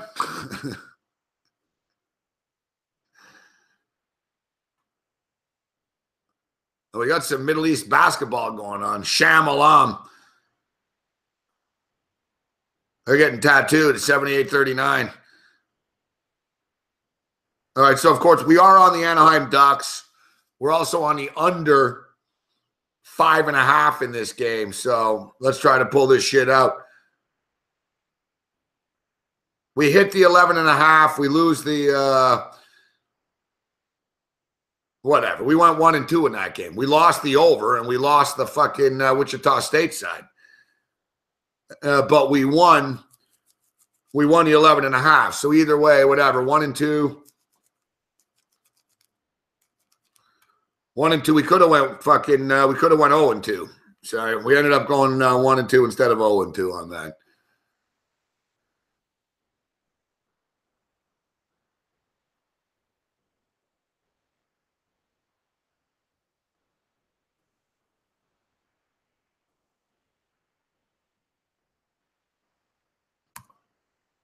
All right, open the fuck up, man.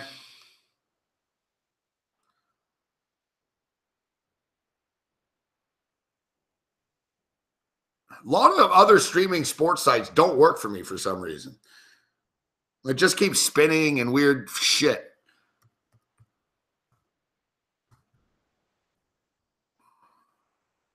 Like, let's check first row. First row, it has nothing right now. It's all old.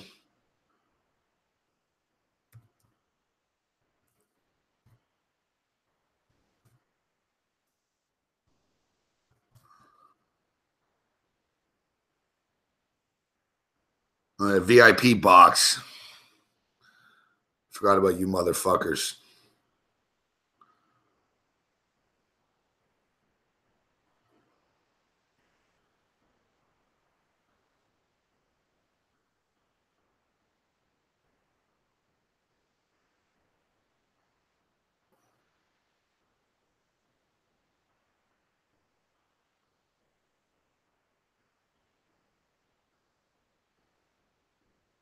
Holy crap. I'm having a hard time opening this stream. I got a million pages open right now. It's just not working for me. Are you guys watching this on a stream?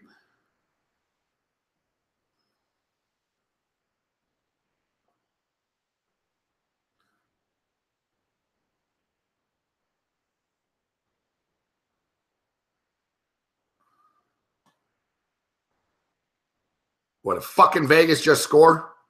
Oh, fuck me, 2-2. This fucking team just won't go away, man. What books do I use? UWager for props. Bet365 for in-game. UWager.eu. I've got accounts in 3 books that I'm playing now. Bookmaker, UWager.eu, and Bet365. I haven't played at Bookmaker a little while, but I'm gonna play tomorrow there. As I forgot I had money there. Fuck. Fucking Vegas, man. These motherfuckers just don't go away. All right. Utah Utes up 10-9. Here we go, Utes. What site do we watch?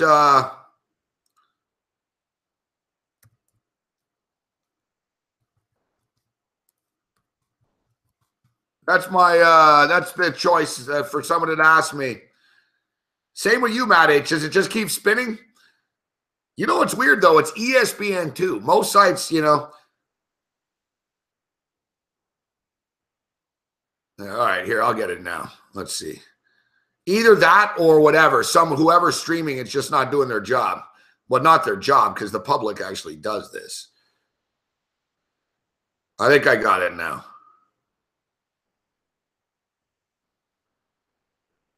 This one should work.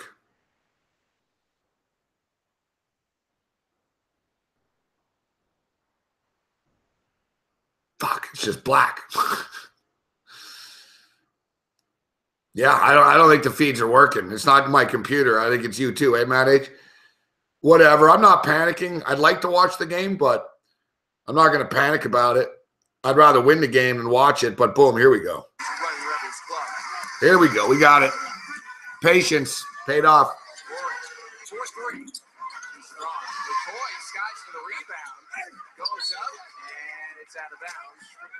UNLV are a pretty big team. Oh, yeah, let's jump in on the over, guys. And let me make this on full screen. My eyes are bad, and I apologize. Is not the worst, man? You got to go and load up in the morning on Thanksgiving. I hate that shit. I've been there many times. Fuck. Might have to be there tomorrow. Look, the UNLV Running Rebels already have 4 fouls, 14 fouls, and we're only 5 or 6 minutes in. The Utah Utes are going to be on the free throw line in a couple of minutes here. And Utah have 3 fouls. There's a lot of big fucking boys on the court right now, man. UNLV have some big kids, fuck. They just showed a crowd shot. The arena's half fucking empty. Like I said, the UNLV fans are a joke, fuck. There are no UNLV fans.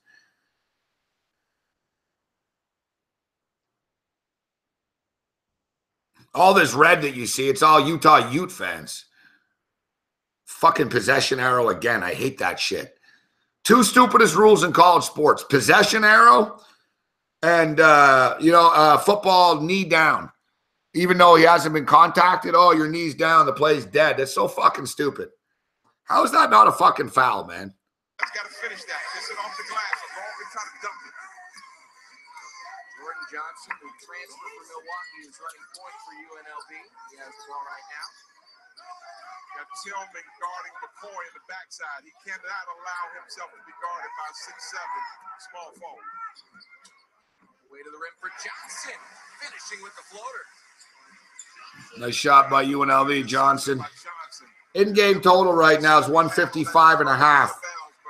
I think it's going to get there. It's a physical game. I'm watching it right now. It's a physical game. It's a physical game. There's a lot of, all right, just fell to 153.5. Good. Fuck, even better. It's a physical game. There's a lot of banging going on. Like I said, UNLV already have 14 fouls. Eventually, we're going to get some free throws here and stuff. 13-10 UNLV. UNLV going on a little bit of a run right now. I'm jumping in bigger on this, too. I'm going big on this. Not big, but bigger units. And I'm betting.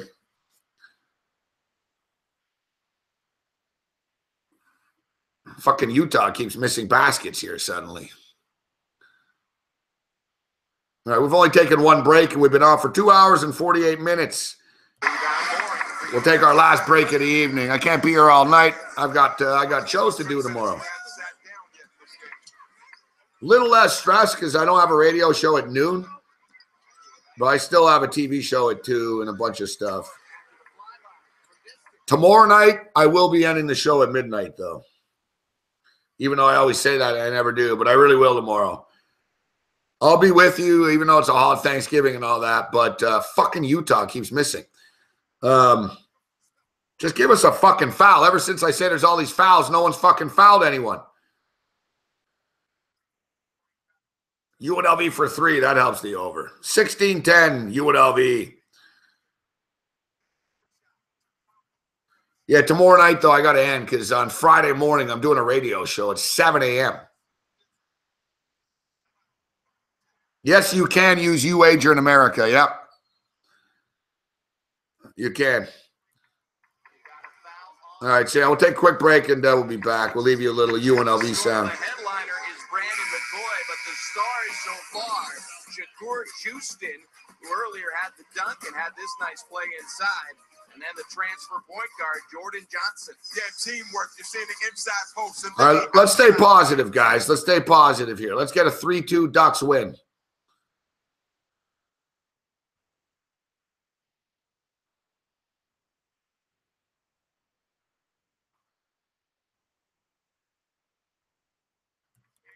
From the blue line.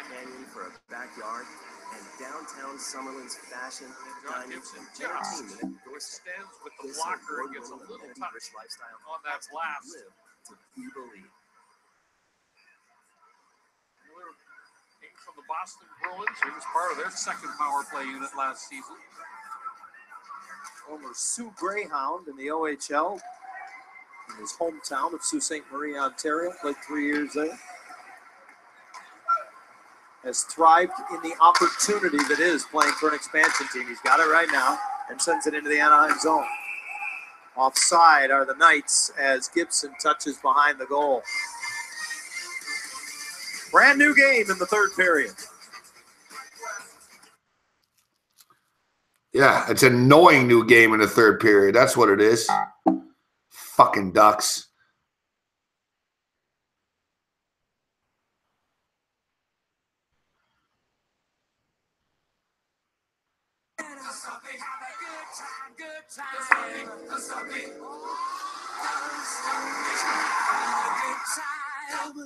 Yes, I'm having a good time. I don't want to stop it. The all-new 2018 Camry. Toyota. Let's go places. UNLV on a 7-0 run to take a 6-point lead, but we're spotlighting Utah, who's had 3 straight years with a first-round pick. Yeah, they played well under structure of Larry Krystkowiak, and now making it Jakob Poeltl. Remember, he was a defensive all-conference player. And then how about Kyle Kuzma with the purple and gold? Give him another highlight. That's a Laker, man. What are you talking about? That's the best rookie the Lakers have? What do you think? Absolutely right now. I don't want to get you in a fight with anyone named Ball. Yeah, well, he doesn't do a lot of chirping either, so I'll take it. Utah, only Pac-12 team with a first-round NBA draft pick in each of the last 3 years. Larry Krystkowiak, when they come into Utah, they're not always rated 5 stars. When they come out of Utah, they're in the NBA. You work with what you have. He was a tough player. He overachieved in the NBA, coming out of, I believe, Montana. And so I'm not surprised at his success. Parker Van Dyke and Colby Caldwell have checked in for Utah, as well as Jace Johnson. This is Van Dyke. Looking for Johnson, and it's poked away. Johnson lobs it. Clyburn couldn't handle it. Speed kills on the basketball court. Right now, you've got to be speed under control. Houston. UNLV is quick to the ball on these possessions. Shakur Houston with the offensive board. This feels like the running Rebels again. Got Beck right here in traffic. Strong drive inside. Houston going strong. Now Beck at the free throw line. My apologies, you're right. Tervel Beck will head to the line. Another freshman for this UNLV club. Sam, it's amazing. I had the privilege of calling UNLV last year, and Marvin Menzies was so patient with these guys. In fact, he had an open gym and say, hey, who wants to come and play with a storic program? But all of a sudden, you're seeing this UNLV team now. They've got a swagger. You know when you're good. You know when you're going against tough teams. Like tonight is a very tough team. But UNLV's body language within the team, they know that they have an opportunity to be special this year. 1 for 2 on the trip for Beck. 17-10 the score. Austin for Utah. Hits the 3. That is Utah at its best. Fairfield not forcing his offense. They run a very good half-court set. And Rawson knocking down a 3-point shot. Timely basket. Mooring unable to hit the deep 2. And another rebound for the Utes.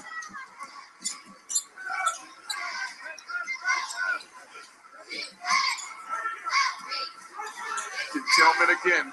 Get a high percentage shot or get to the free throw line. Good drive. All the way in against Clyburn. Nothing Clyburn could do there. Sounds like these guys are cheering for UNLV. You hear when UNLV score, they're like, hey, great stuff there. When Utah score, they're like, hey, a nice 3. Going up against the defender, right hand lay-in, no offensive Oh, fuck off, offensive foul. Fuck you, stupid kid. Good job by Javon Mooring to step in and take the punishment. I love to see guys just step up and knock down, kiss it off the glass, go up vertical. Too many guys in college and even in the pros run over that defender. You got to respect that defender and just go up and shoot an easy shot. Simplify the game. A lot of respect for Mooring, too. He is one of those guys who was on last year's UNLV team and the third-team all-conference. Suffered through the struggles. Now he gets to enjoy a little better company with him. Absolutely. Doesn't have to work as hard as well, and he's not fishing for his shot. Last year, it was burdensome. You know, he's really enjoying it right now. Shakur Houston gets the foul on the illegal screen. That's his second. He will take a seat. You would think the Rebels would be up by 10 to 12 points because they play so hard. It's so exciting. But Utah has weathered the storm. They're playing with poise and composure. Bibbins, the little general out on the floor, gets them in good offensive sets. Tillman up against McCoy, and he is fouled. He'll go to the line. So McCoy dropped the arms down. Larry Krystkowiak has a gym in Tillman. He can post up, he can shoot a three-pointer, and you don't have to run an offense for him. He gets his in the flow of the game. We mentioned earlier, I said Kyle Kuzma. There's different positions, of course, but you get better in Larry's program. Larry is all about fundamentals. Coach is all about fundamentals, playing hard, playing as a team. Ties the game up 17 apiece. Nearing the midway mark of this first half. Our heavyweight championship game of the MGM Resort's main event. Utah and UNLV both 4-0. 2-3 zone now. Can UNLV hit an open three-pointer consistently against the zone? Johnson able to finish amongst the trees. That snaps a solo run.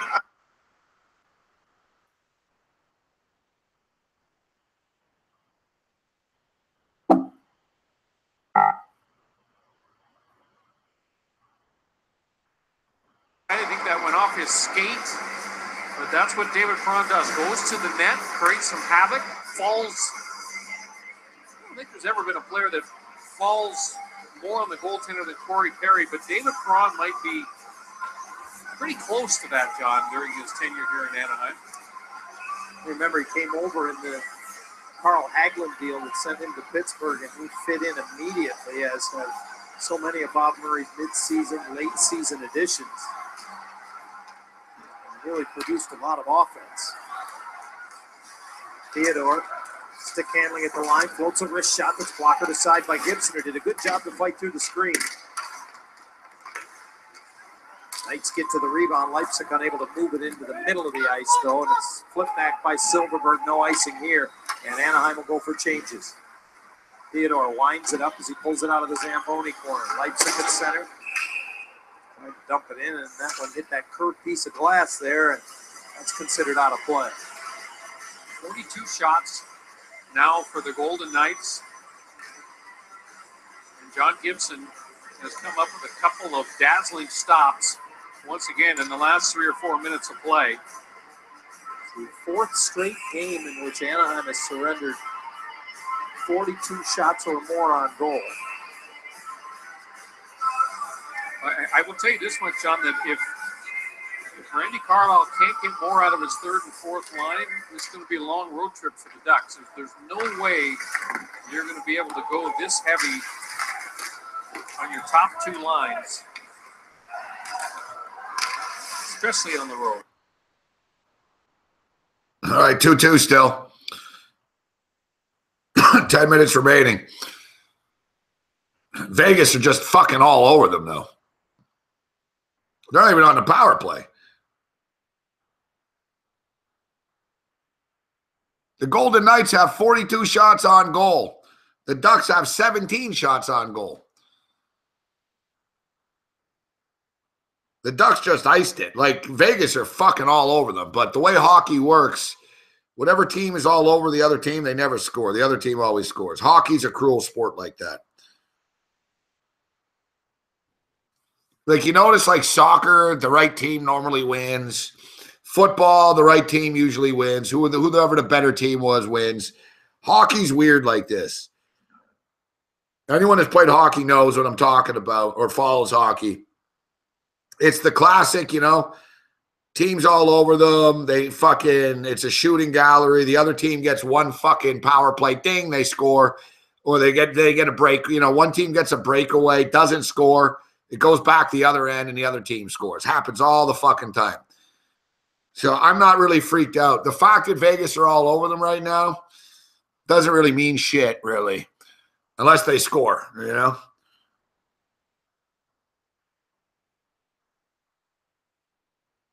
Hockey's weird like that. No, I don't think that is good, Big Will. No.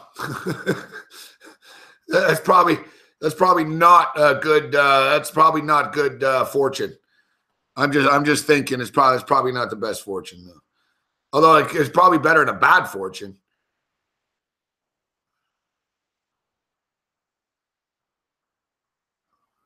All right, where are we at with team fouls here? Oh, they're racking up the fouls, guys. I told you, jump in on the over. We jumped in on over 154.5. It's at 158.5 now. This is just like that other night. I'm doing it again, fuck. First half total is 77.5. They're already up to 44. I'd rather just bet the game than the first half, though. We're going in on the over 159.5 right now. And then now we're out. At least for the time being. Because I just put everything on my account on it.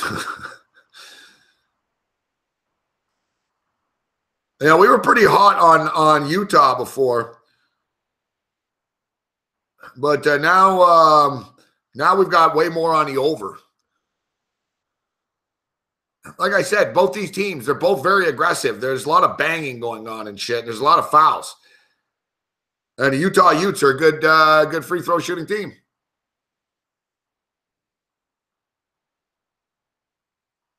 Yeah, those fucking Raptors tonight, Jake. I apologize for the Raptors pick, whoever tailed me on that. They were looking fucking good. It's amazing. They were sailing along. They were looking good. Jack Armstrong's praising them for working so hard every night. Next thing you know, it's an 18 fucking nothing run. I swear to fucking God, man. I don't have a problem with Dwayne Casey, but that's the one thing. Yeah, you believe that, Amar? They missed the empty netter. You're right. They had the empty netter. We could have had it, and we lost. Yeah, but it's fucking amazing to me. I know sometimes you get the luck, sometimes you don't. But yeah, the Raptors are cruising along, and fucking Dwayne Casey, man. That's always been his fucking problem, this guy. Always been his fucking problem. He lets these teams go on these monster runs, and he doesn't stop it. He doesn't call timeout. You know, it was an 18-0 run, and he calls timeout. It's like, Coach, why didn't you call it when it was a 7-0 run? You watch any good fucking basketball team. You watch the Golden State Warriors. The second the other team goes on a run, Steve Kerr just calls timeout. He's like, fuck this. You know, that's what you use your timeouts for. Casey doesn't understand it. I didn't panic at the time, Amar. I wasn't worried. I didn't think the Canadians, I was like, man, we're all right. There's 30 seconds left. But the thing with the Habs is they have so much bad luck.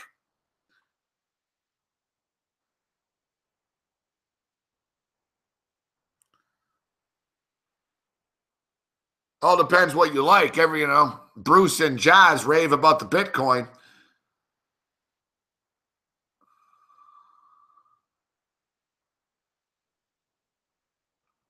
Did Vegas just fucking score? Fuck me, man. What are you doing, Anaheim? Fuck.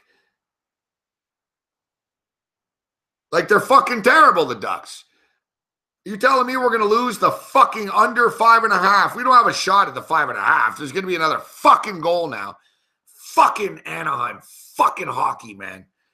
Nice little run in hockey. Fuck hockey after this. Fuck. This fucking Vegas team, man. You just can't bet against them. That's the moral of this fucking story, man. Fucking at home, on the fucking road. All they fucking do is win. Fuck. You're fucking down. You're up 2-0, Anaheim, you pieces of fucking shit. Fuck. If I was the fucking coach of this fucking team, there'd be no Thanksgiving for you guys tomorrow.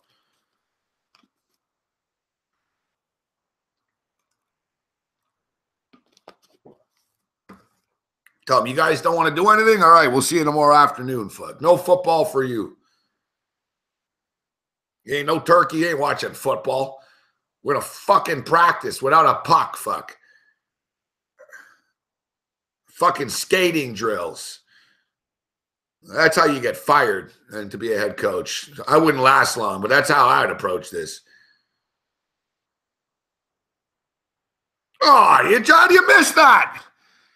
Oh, my God. Fuck, they were just about to fucking tie it.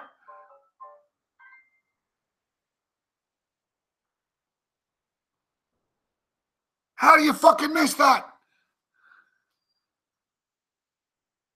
Oh, dear God, we can't buy a break tonight, guys.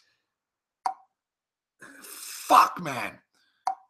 And what do we get the penalty for? All right, now Vegas got a fucking penalty. Are you guys watching this? Did anyone watch that? Anyone watching that fucking hockey game? Did you just see what the Ducks missed?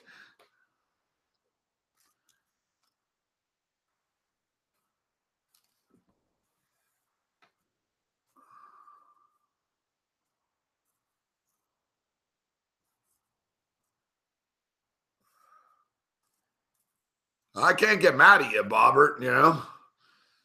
Karen, you should have put that puck in the net.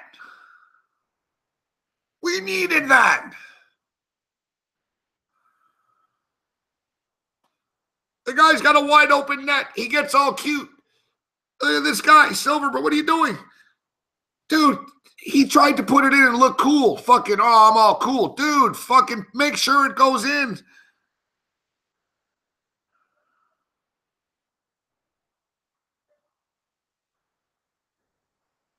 As I was bitching about the Ducks, I saw the pass coming. I'm like, all right, they're about to score. Good, good. We're going to lose the over, but hey, we'll get the Ducks here. All right, Ducks power play's been good recently. Already a minute in. You got 0 shots on goal. You've been outshot 46-17. You're passing the puck backwards. You know the object is forward, not backwards, fuck. All right, you're getting it in here. Somebody shoot the fucking puck. Shoot the fucking puck. Fuck, I hate betting on hockey. Shoot, shoot, shoot, shoot, shoot. That's a shitty shot. Ah, fuck me, man. You guys fucking suck, man. How did you win 4 of your last 5 games? Fuck. Try to change on the kill. Silverberg has it knocked off his stick. And Halla cleared the zone. Oh, you fucking losers. Time for one more entry. 15 seconds on the power play. Silverberg throws it deep and goes in after it. Good job, Silverberg. Theodore protects it as Perry comes in, trying to knock it away from Nate Schmidt. Loose up. What, you guys playing golf all day today? What's your fucking problem? You do that again. Quick shot to the net. Shoot. Shoot. Went off of Vatanen and off the side of the net. Off the leg of Sammy Vatanen and almost in. Penalty is over. Marchessault back in play. Here's Raquel, middle of the ice. And he just lost the handle as he tried to stick handle to an open lane. Marchessault jets into the Anaheim zone, pulls it to the middle. Save Gibson, who reels it back in and covers up. The home stretch when we return to Honda Center.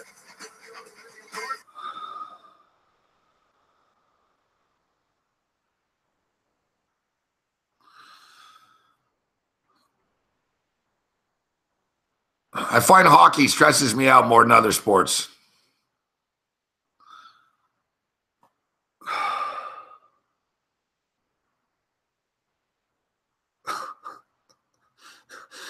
Are you guys watching this fucking hockey game like the fucking Ducks, man? Like they just like we can't. There's like an invisible Vegas, man. They're this team. They're going to the playoffs. All right. I've had enough of betting against them. They're fucking blessed. Silverberg misses a fucking open net. Anaheim fucking shoots. The puck's going in. Fucking rattles off the fucking Vegas guy. Stays out of the net.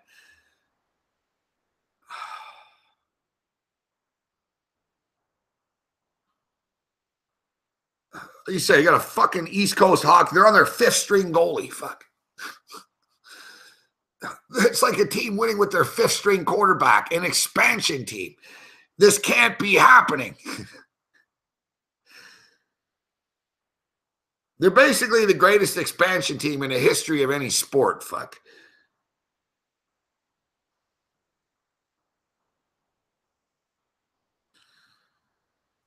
All right, I was going to end the show right now. Give me a minute. I need a minute to regroup here.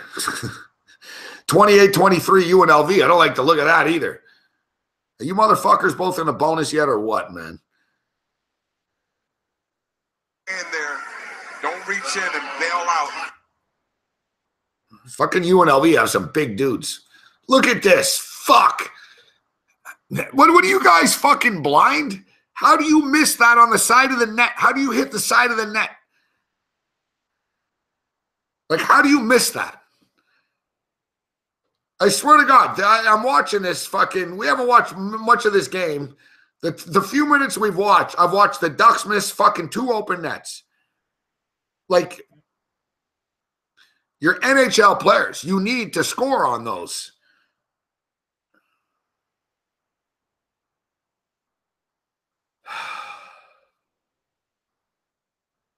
Getting fucking chest pains here from watching this hockey.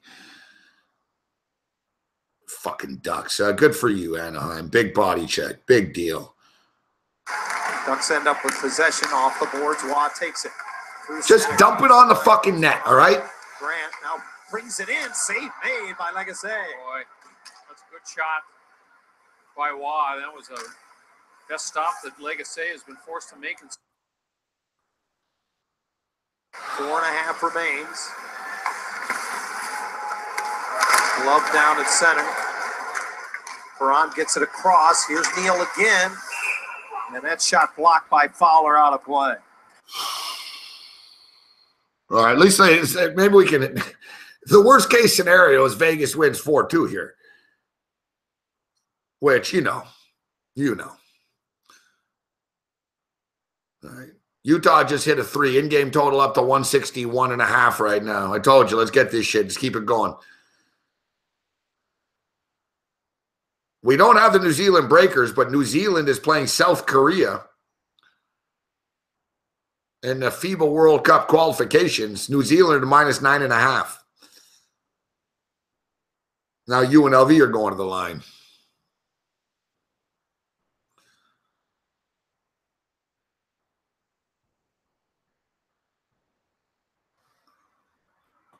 Delaney Walker. I'd say Delaney Walker. Greg Olson's first game back, are just coming back here, getting into the swing of things. First couple of games back.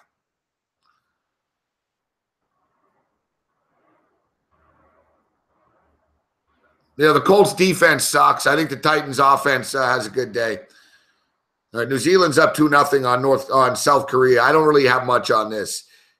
My gut instinct tells me that the spread's a little high. I imagine Bobbert would know. I imagine there's probably a couple of breakers playing in this fucking game.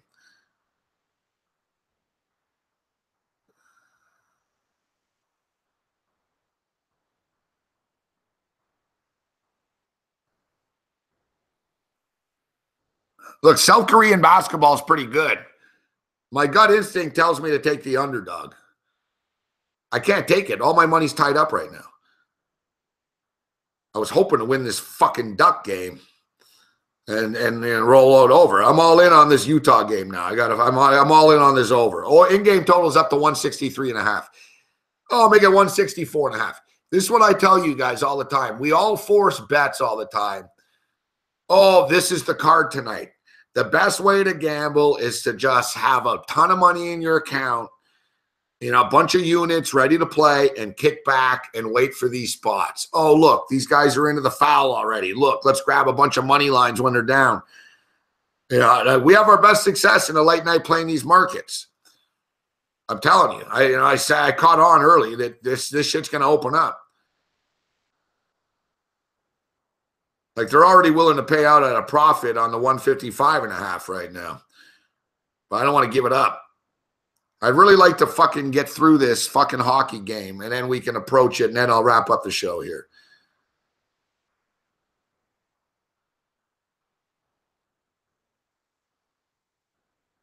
$3-2, 2:21 left. Either we need the Ducks to come back and win the game, or we need it to stay under 5.5. I'll take one or the other. I'll take the split. Fuck.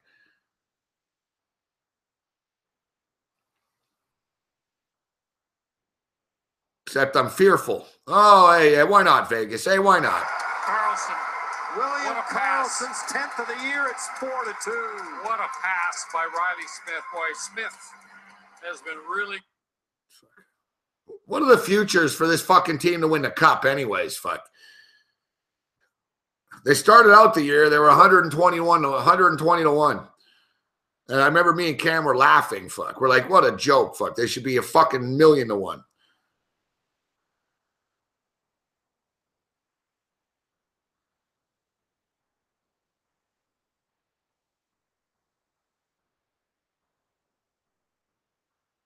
Fuck, they're 40-1 now only. Fuck, I can't believe this. These fuckers are going to win the Western Conference. Fuck, I hate hockey. At $289 a month during the Start Your Own Legacy winter sales event. Infinity, empower the drive. This is the inaugural PK80, an exciting new tournament featuring 16 top-tier teams. The PK80 tips Thanksgiving Day at 2:30 on ESPN. Guys, it's Yeah. No. That's what I'm saying, Jazz. Like, Vegas aren't just winning, like, they're fucking, like, killing it. Like, not even an empty netter. It's like, fuck you, fuck. 4-2. I think they've outshot him 50. I think they've outshot him like 50 to 49-18, like Arturis is saying. What up, Arturis? Good to see you, brother. I know. Look, with no luck tonight in hockey at the end here. That's an embarrassment, man. You've been outshot. Like I said, fuck. I'd fucking get these guys on the ice tomorrow and tell them, you're not watching the football tomorrow. Sure, you all want to watch the Charger Cowboy game, huh? No.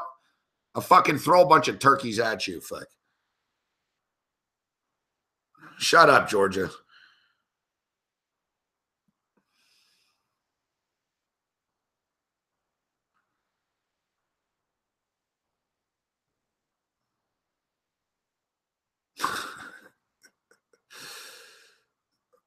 All right.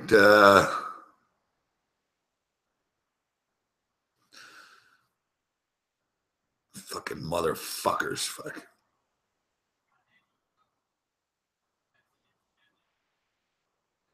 We should have just, instead of grabbing a game, I was like, fuck the first half total. Remember, it was 77.5. Now it's 82.5, the first half total. Although the number just took a little dive here to 164.5. We're down to 249 left. The game's kind of stalled here. I don't like this. Come on. Your right shoulder just goes straight up over the shot. Give us some points on the way out here. Don't overanalyze it. Going against the shot blocker. Second time there's been a traveling call. Utah pick. Trying to go in for the score. Quietly, Coach Menzies has 2 7-footers out there when you sit down a one-and-done 7-footer in McCoy.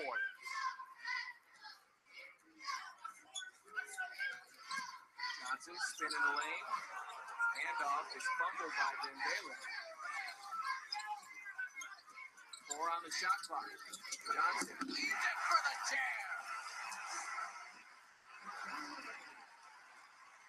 How about Johnson meeting the challenge? That's a cheap foul that he had. But getting his post players, touches right here. He's wheeling, he's dealing, fit in traffic. Don't overcommit. Johnson overcommitted to Johnson. Johnson on Johnson. That's a pretty sound when that's your home team scoring that basket. Shekna Dembele. The sophomore from Mali. Tibbins at the line for 2. Hits the first. It's a 7-point game. Also here on Feast Week, Bad Boy Mowers battle for Atlantis. We got our semifinal set. We told you Arizona lost. Yeah, you're looking at that NC State. How about that for Kevin Keats? Excellent job. That's going to endear him to the fans in his new home. And also Tennessee getting a win over Purdue. We had Ole Miss earlier tonight in the 3rd place game. And there is a lot of SEC camaraderie right now. There won't be in a few weeks. But right now, they're all rooting for each other and trying to pump up the conference. Well, that's right, because these out-of-conference games really help. And I like how they're going to add to the credibility when you win not so many home games, but on the road. 2 minutes left in the first half. UNLV surviving their foul trouble. 39-33. Lori, nice pass for the slam, but an offensive foul waves it off. Caldwell got beat on the drive. See what I'm saying? Pretty much like every fucking possession, there's a foul. Excellent job by Rawson. How about the bigs? John going one up. They mean business when they get inside the paint. Where's the scoring going to come from now? Rawson for Utah. Van Dyke can hit the three-point shot, and Beeler can score. Beeler denied. That was Dembele with the rejection. Now on the other end, a miss at the bucket by Clyburn. UNLV fighting for it. We've got whistles, jump ball, arrow favors Utah. Jordan Johnson has been playing big. He's all over the floor. Hustling right there. Quick hands, deflections. Both teams playing, not giving an inch. Good, clean, hard basketball. This is good stuff. This is a good game. You know, UNLV's learning about can they run a half-court offense as well. Utah, you know what you're going to get with their experience. They run a very good, snappy half-court offense, but UNLV has been able to get a lead against a veteran Utah team in the half-court. Caldwell on the wing. Drives in through the defender, charging. Yeah. Oh, fuck off, man. Stop charging. You're not going to be able to beat them on the first turn on the first side of the ball. Got to turn it over, trust the offense. Utah runs a good offense. It's an equal opportunity for the open shooter, and that's what he's telling them. Don't force it. Caldwell's not one of them, but there are 4 Utes with multiple fouls at this stage of the game. So both teams dealing with some foul issues as UNLV takes a timeout. We'll take it as well. Heavyweight matchup. UNLV leading Utah 39-33.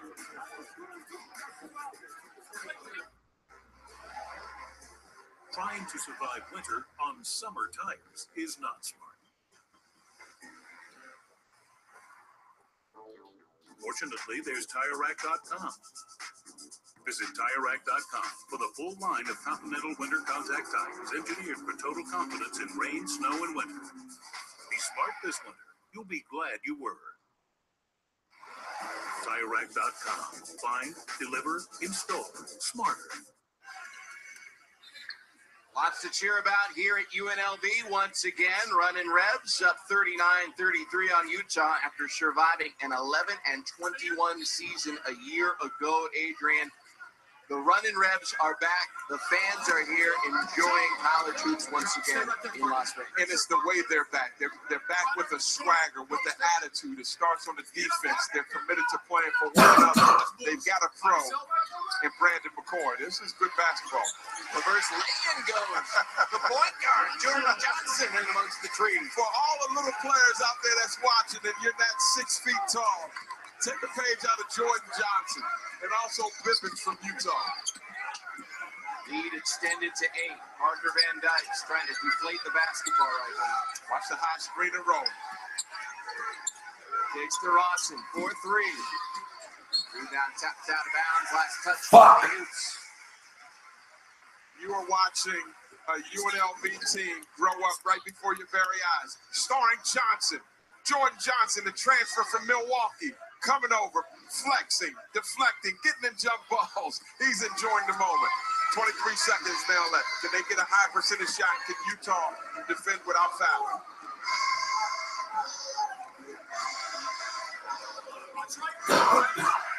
Watch scoring at the three-point line of Johnson trying to get inside for a driving kick to one of his post players. Johnson rises. Too strong. Clyburn on the offensive board. Putback goes at the buzzer.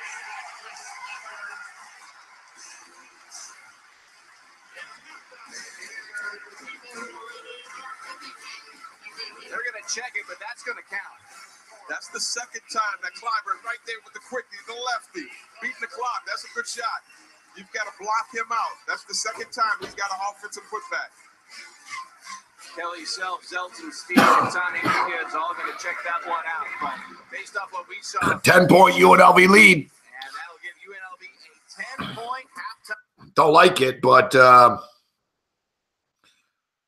not panicking. Let's check the in-game total. Oh, they just took it off momentarily. So they only put up 76 points in the end. It slowed down a little bit. fucking South Korea are now leading outright. I told you, plus 9.5. Son of a bitch.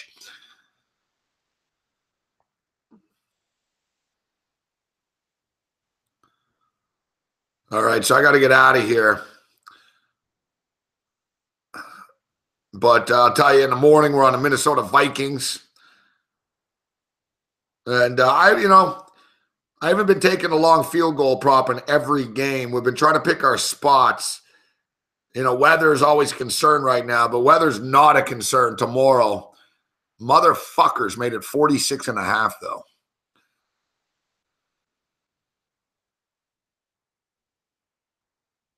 Yeah, motherfuckers made it 46.5.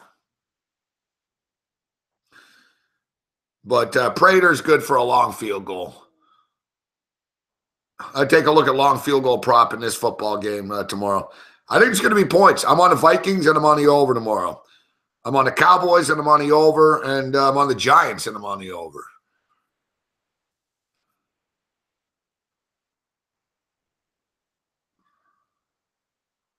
Wow, the basketball game slowed down. Hopefully this doesn't end in disaster here. In-game total now 159.5, which is exactly as high as we went to.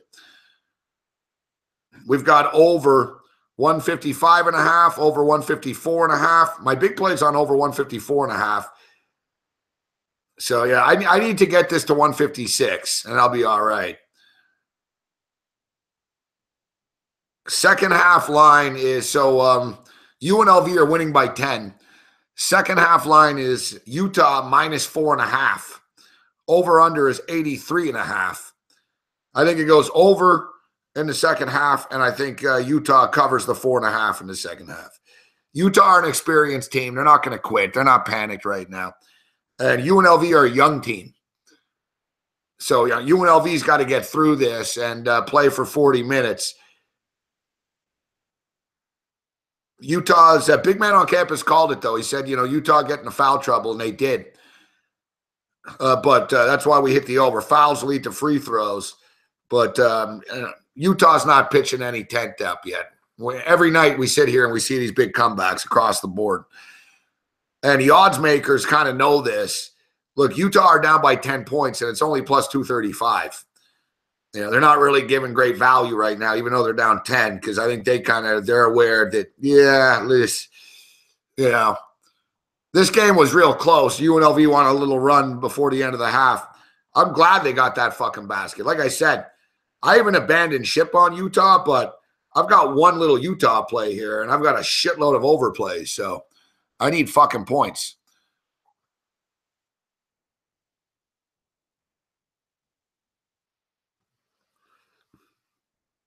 Well, you know what? Teasing favorites from +3 to +4 isn't something I'm a big fan of. To be honest with you, I would tease the Lions more in that case. But it'll be a fucking 3-point game. It's going to be a close game. Like, it wouldn't shock me if the Vikings fucking won by 3. It's down to 2.5 now at least. Last week I called it. I said the Lions were going to win by 3. Lions games are always close.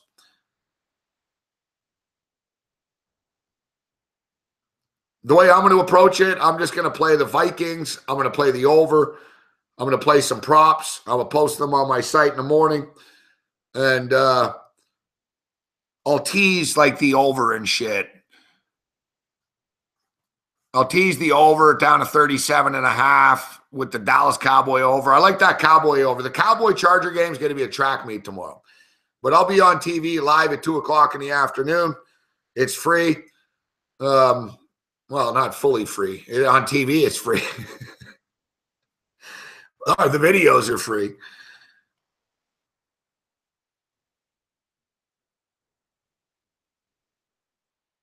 But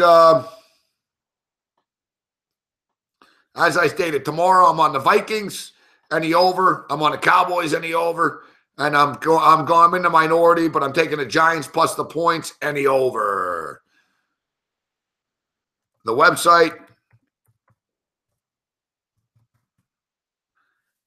I really only post there, Arturis, on the weekends, to be honest with you. Because I'm on TV every fucking day. But The best way to follow me, Arthur, is tomorrow with my props and everything is also on Twitter. On Twitter at SportRage. Yeah, no Red Heat and Rage tomorrow at noon. No. Cam's going to be on from 9 to 11, and Cam's going to be on Game Time Decisions with me tomorrow, breaking down the Grey Cup. And I'll be breaking down the football games. I'll be on it too. I'll probably have a halftime stuff. So thanks, Babano, for joining us. We'll see you guys here tomorrow night. Happy Thanksgiving to all of you celebrating Thanksgiving. No Red Heat and Rage tomorrow, but everything else is normal. And Red Heat and Rage will be on Friday.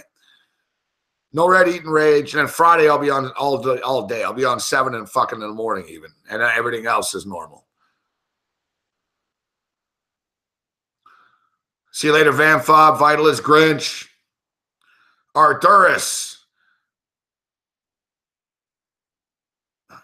Andreas, Adam, Cody, Bruce Chad, Ty Rich, Carmen, Mario Martinez, Slipknot, and everybody else in between. Give us the thumbs up on the way out. May the winners be yours. We'll see you tomorrow. Happy Thanksgiving. Go Vikings. Go Cowboys. We'll see you tomorrow night. Watch the show at 2 o'clock, guys. And support SBR. Watch the videos all day tomorrow, too. Other than that, you're on your own. Later.